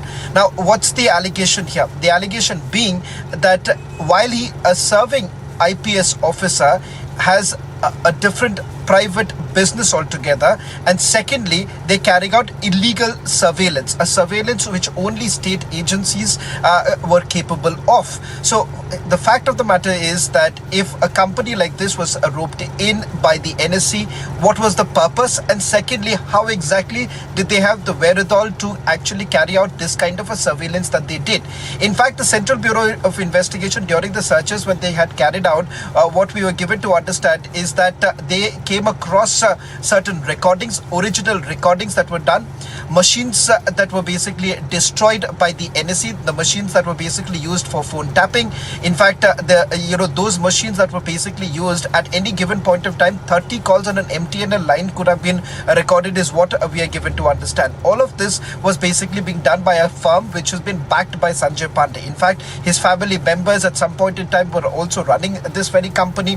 There has been an attempt that has been made by the former Mumbai Police Commissioner to distance himself from this very company, but the fact of the matter is that his family members have been a part of this very company. They have been directors in the company itself, and this entire illegal surveillance was basically being carried out during the period when the NSE co-location scam was actually taking place. And interestingly, this entire phone tapping stops the moment the NSE co-location scam actually broke out, and there were several audits that were basically being done. There were auditors who were roped in by the NSE to look into these allegations, and surprisingly, the phone tapping also stopped at the same period. Now, the other big information that's basically coming in, a top business journalist has also come under the scanner. While the business journalist has not been named in this particular FIR, is what we are being told, but what is very important to point out here is that the business journalist has played an instrumental role in getting this particular contract to ISEX Securities Private Limited, a company that has been backed by Sanjay Pandey. A contract of over 4 crores is what we are being told. So they have been under the scanner for some period now, and importantly, not just Sanjay Pandey, we're given to understand that there are a few other officers who have also come under the scanner of the central agencies. Well, Shravan, we also know that CBI has been conducting raids and searches across certain locations to ascertain evidence of a larger conspiracy as well. Take us through those details, Shravan. Well, the Central Bureau of Investigation had carried out multiple raids, not just in Mumbai, but also in Lucknow, in Kota, roughly about 6 to 7 places, if I remember correctly.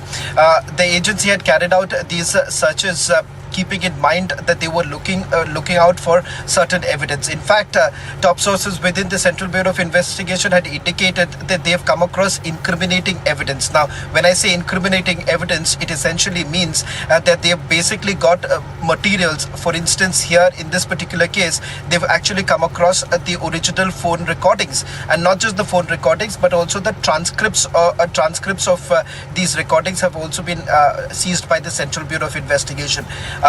RAID servers along with 2 laptops were actually seized by the Central Bureau of Investigation. All of this directing towards the fact that this very company that was roped in by the NSE at that point in time under the leadership of Chitra Ramakrishna.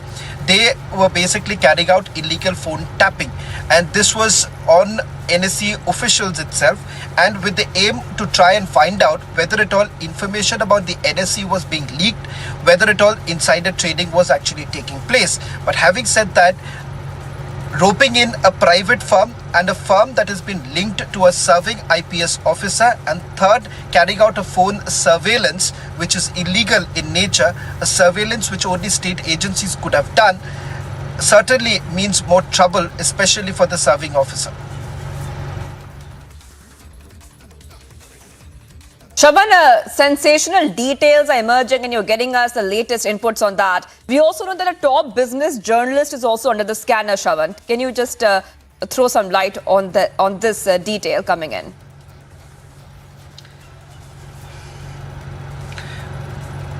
Well, in fact, the role of the business journalist has come under the scanner simply because the business journalist has played an important role in getting this contract for ISEX Securities Private Limited.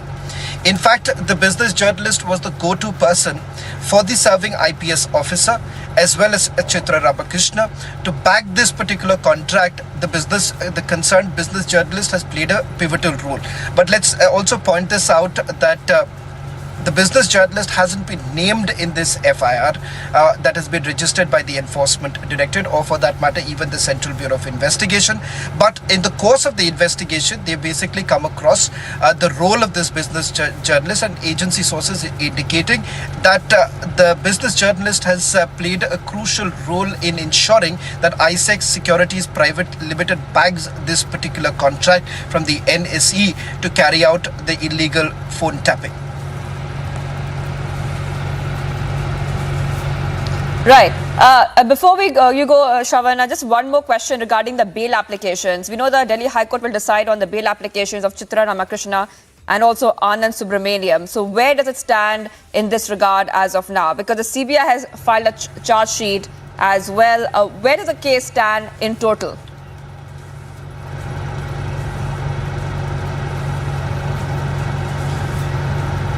Well, Shivagi, this is undoubtedly a large case, multiple cases, I would say, multiple cases that have been registered by the Central Bureau of Investigation right now.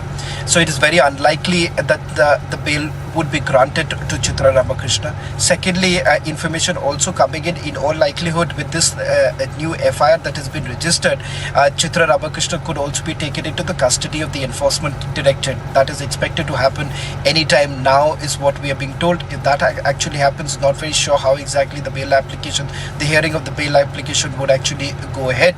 But having said that, with this new FIR that has already been registered in the illegal phone tapping case, it's going to be important to see what the Enforcement Directorate is essentially going to do in terms of widening the ambit of this entire investigation, because so far the Central Bureau of Investigation has already carried out certain searches. In all likelihood, with the FIR being registered in the next 24 to 48 hours, one right. certain similar sort of searches would be carried out by the Enforcement Right, Shavan. Directorate. Thank you for getting us all those details. Shavan, getting us details on this big news coming in. More trouble for Sanjay Pandey. ED has stepped into the NSE scam investigation, and Shavan getting us those details on this breaking development. We have more news coming in, viewers. We keep getting you the top stories and the most breaking updates here. Now, in fresh updates, some news is coming in of a bigger PFI plot which has been exposed in Patna, and this plot was exposed during PM's visit targeted on July 12. So this is big news coming in of a PFI plot which has been exposed in Patna. And remember that the Prime Minister was on a trip to Jharkhand and Bihar, and this plot was essentially targeted during the Prime Minister's visit on July 12th. So this is big news coming in right now. A PFI plot has been busted in Patna. Now let me tell you the details that I'm getting so far. The plot was during PM's visit on July 12th. The cops have found, in fact, some documents, and the cops have raided an area called Naya Tola and arrested 2 people. And this has happened by, in fact, the cops. The cops have uncovered the plot to target PM Modi. So this is a big anti-terror plot exposed in Patna, and we're getting you this detail first and exclusive on Republic TV. Also, we know that these cops have uncovered a terrorist plot, and the plot was busted before PM's Patna visit on July 12. So essentially, this plot was known by the cops that this is going to happen, and they busted that plot. They busted the plot before the Prime Minister's visit to Bihar and Patna. Remember, the Prime Minister was there in Bihar and also, in fact, in Jharkhand, where he launched various projects.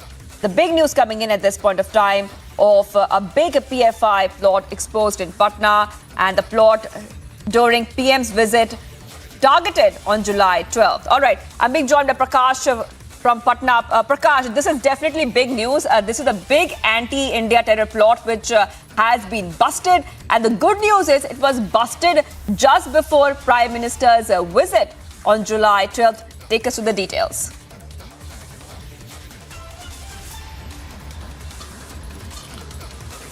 Well, yes, two people have been arrested, one Jalaluddin Ahmed and the other one Athar Parvez. Jalaluddin Ahmed was a sub-inspector with Jharkhand police, and in his residence, Athar Parvez were residing for the past 2 months on a tip-off of intelligence from intelligence agencies. What they got, they arrested both of them a day before Prime Minister's visit in Patna.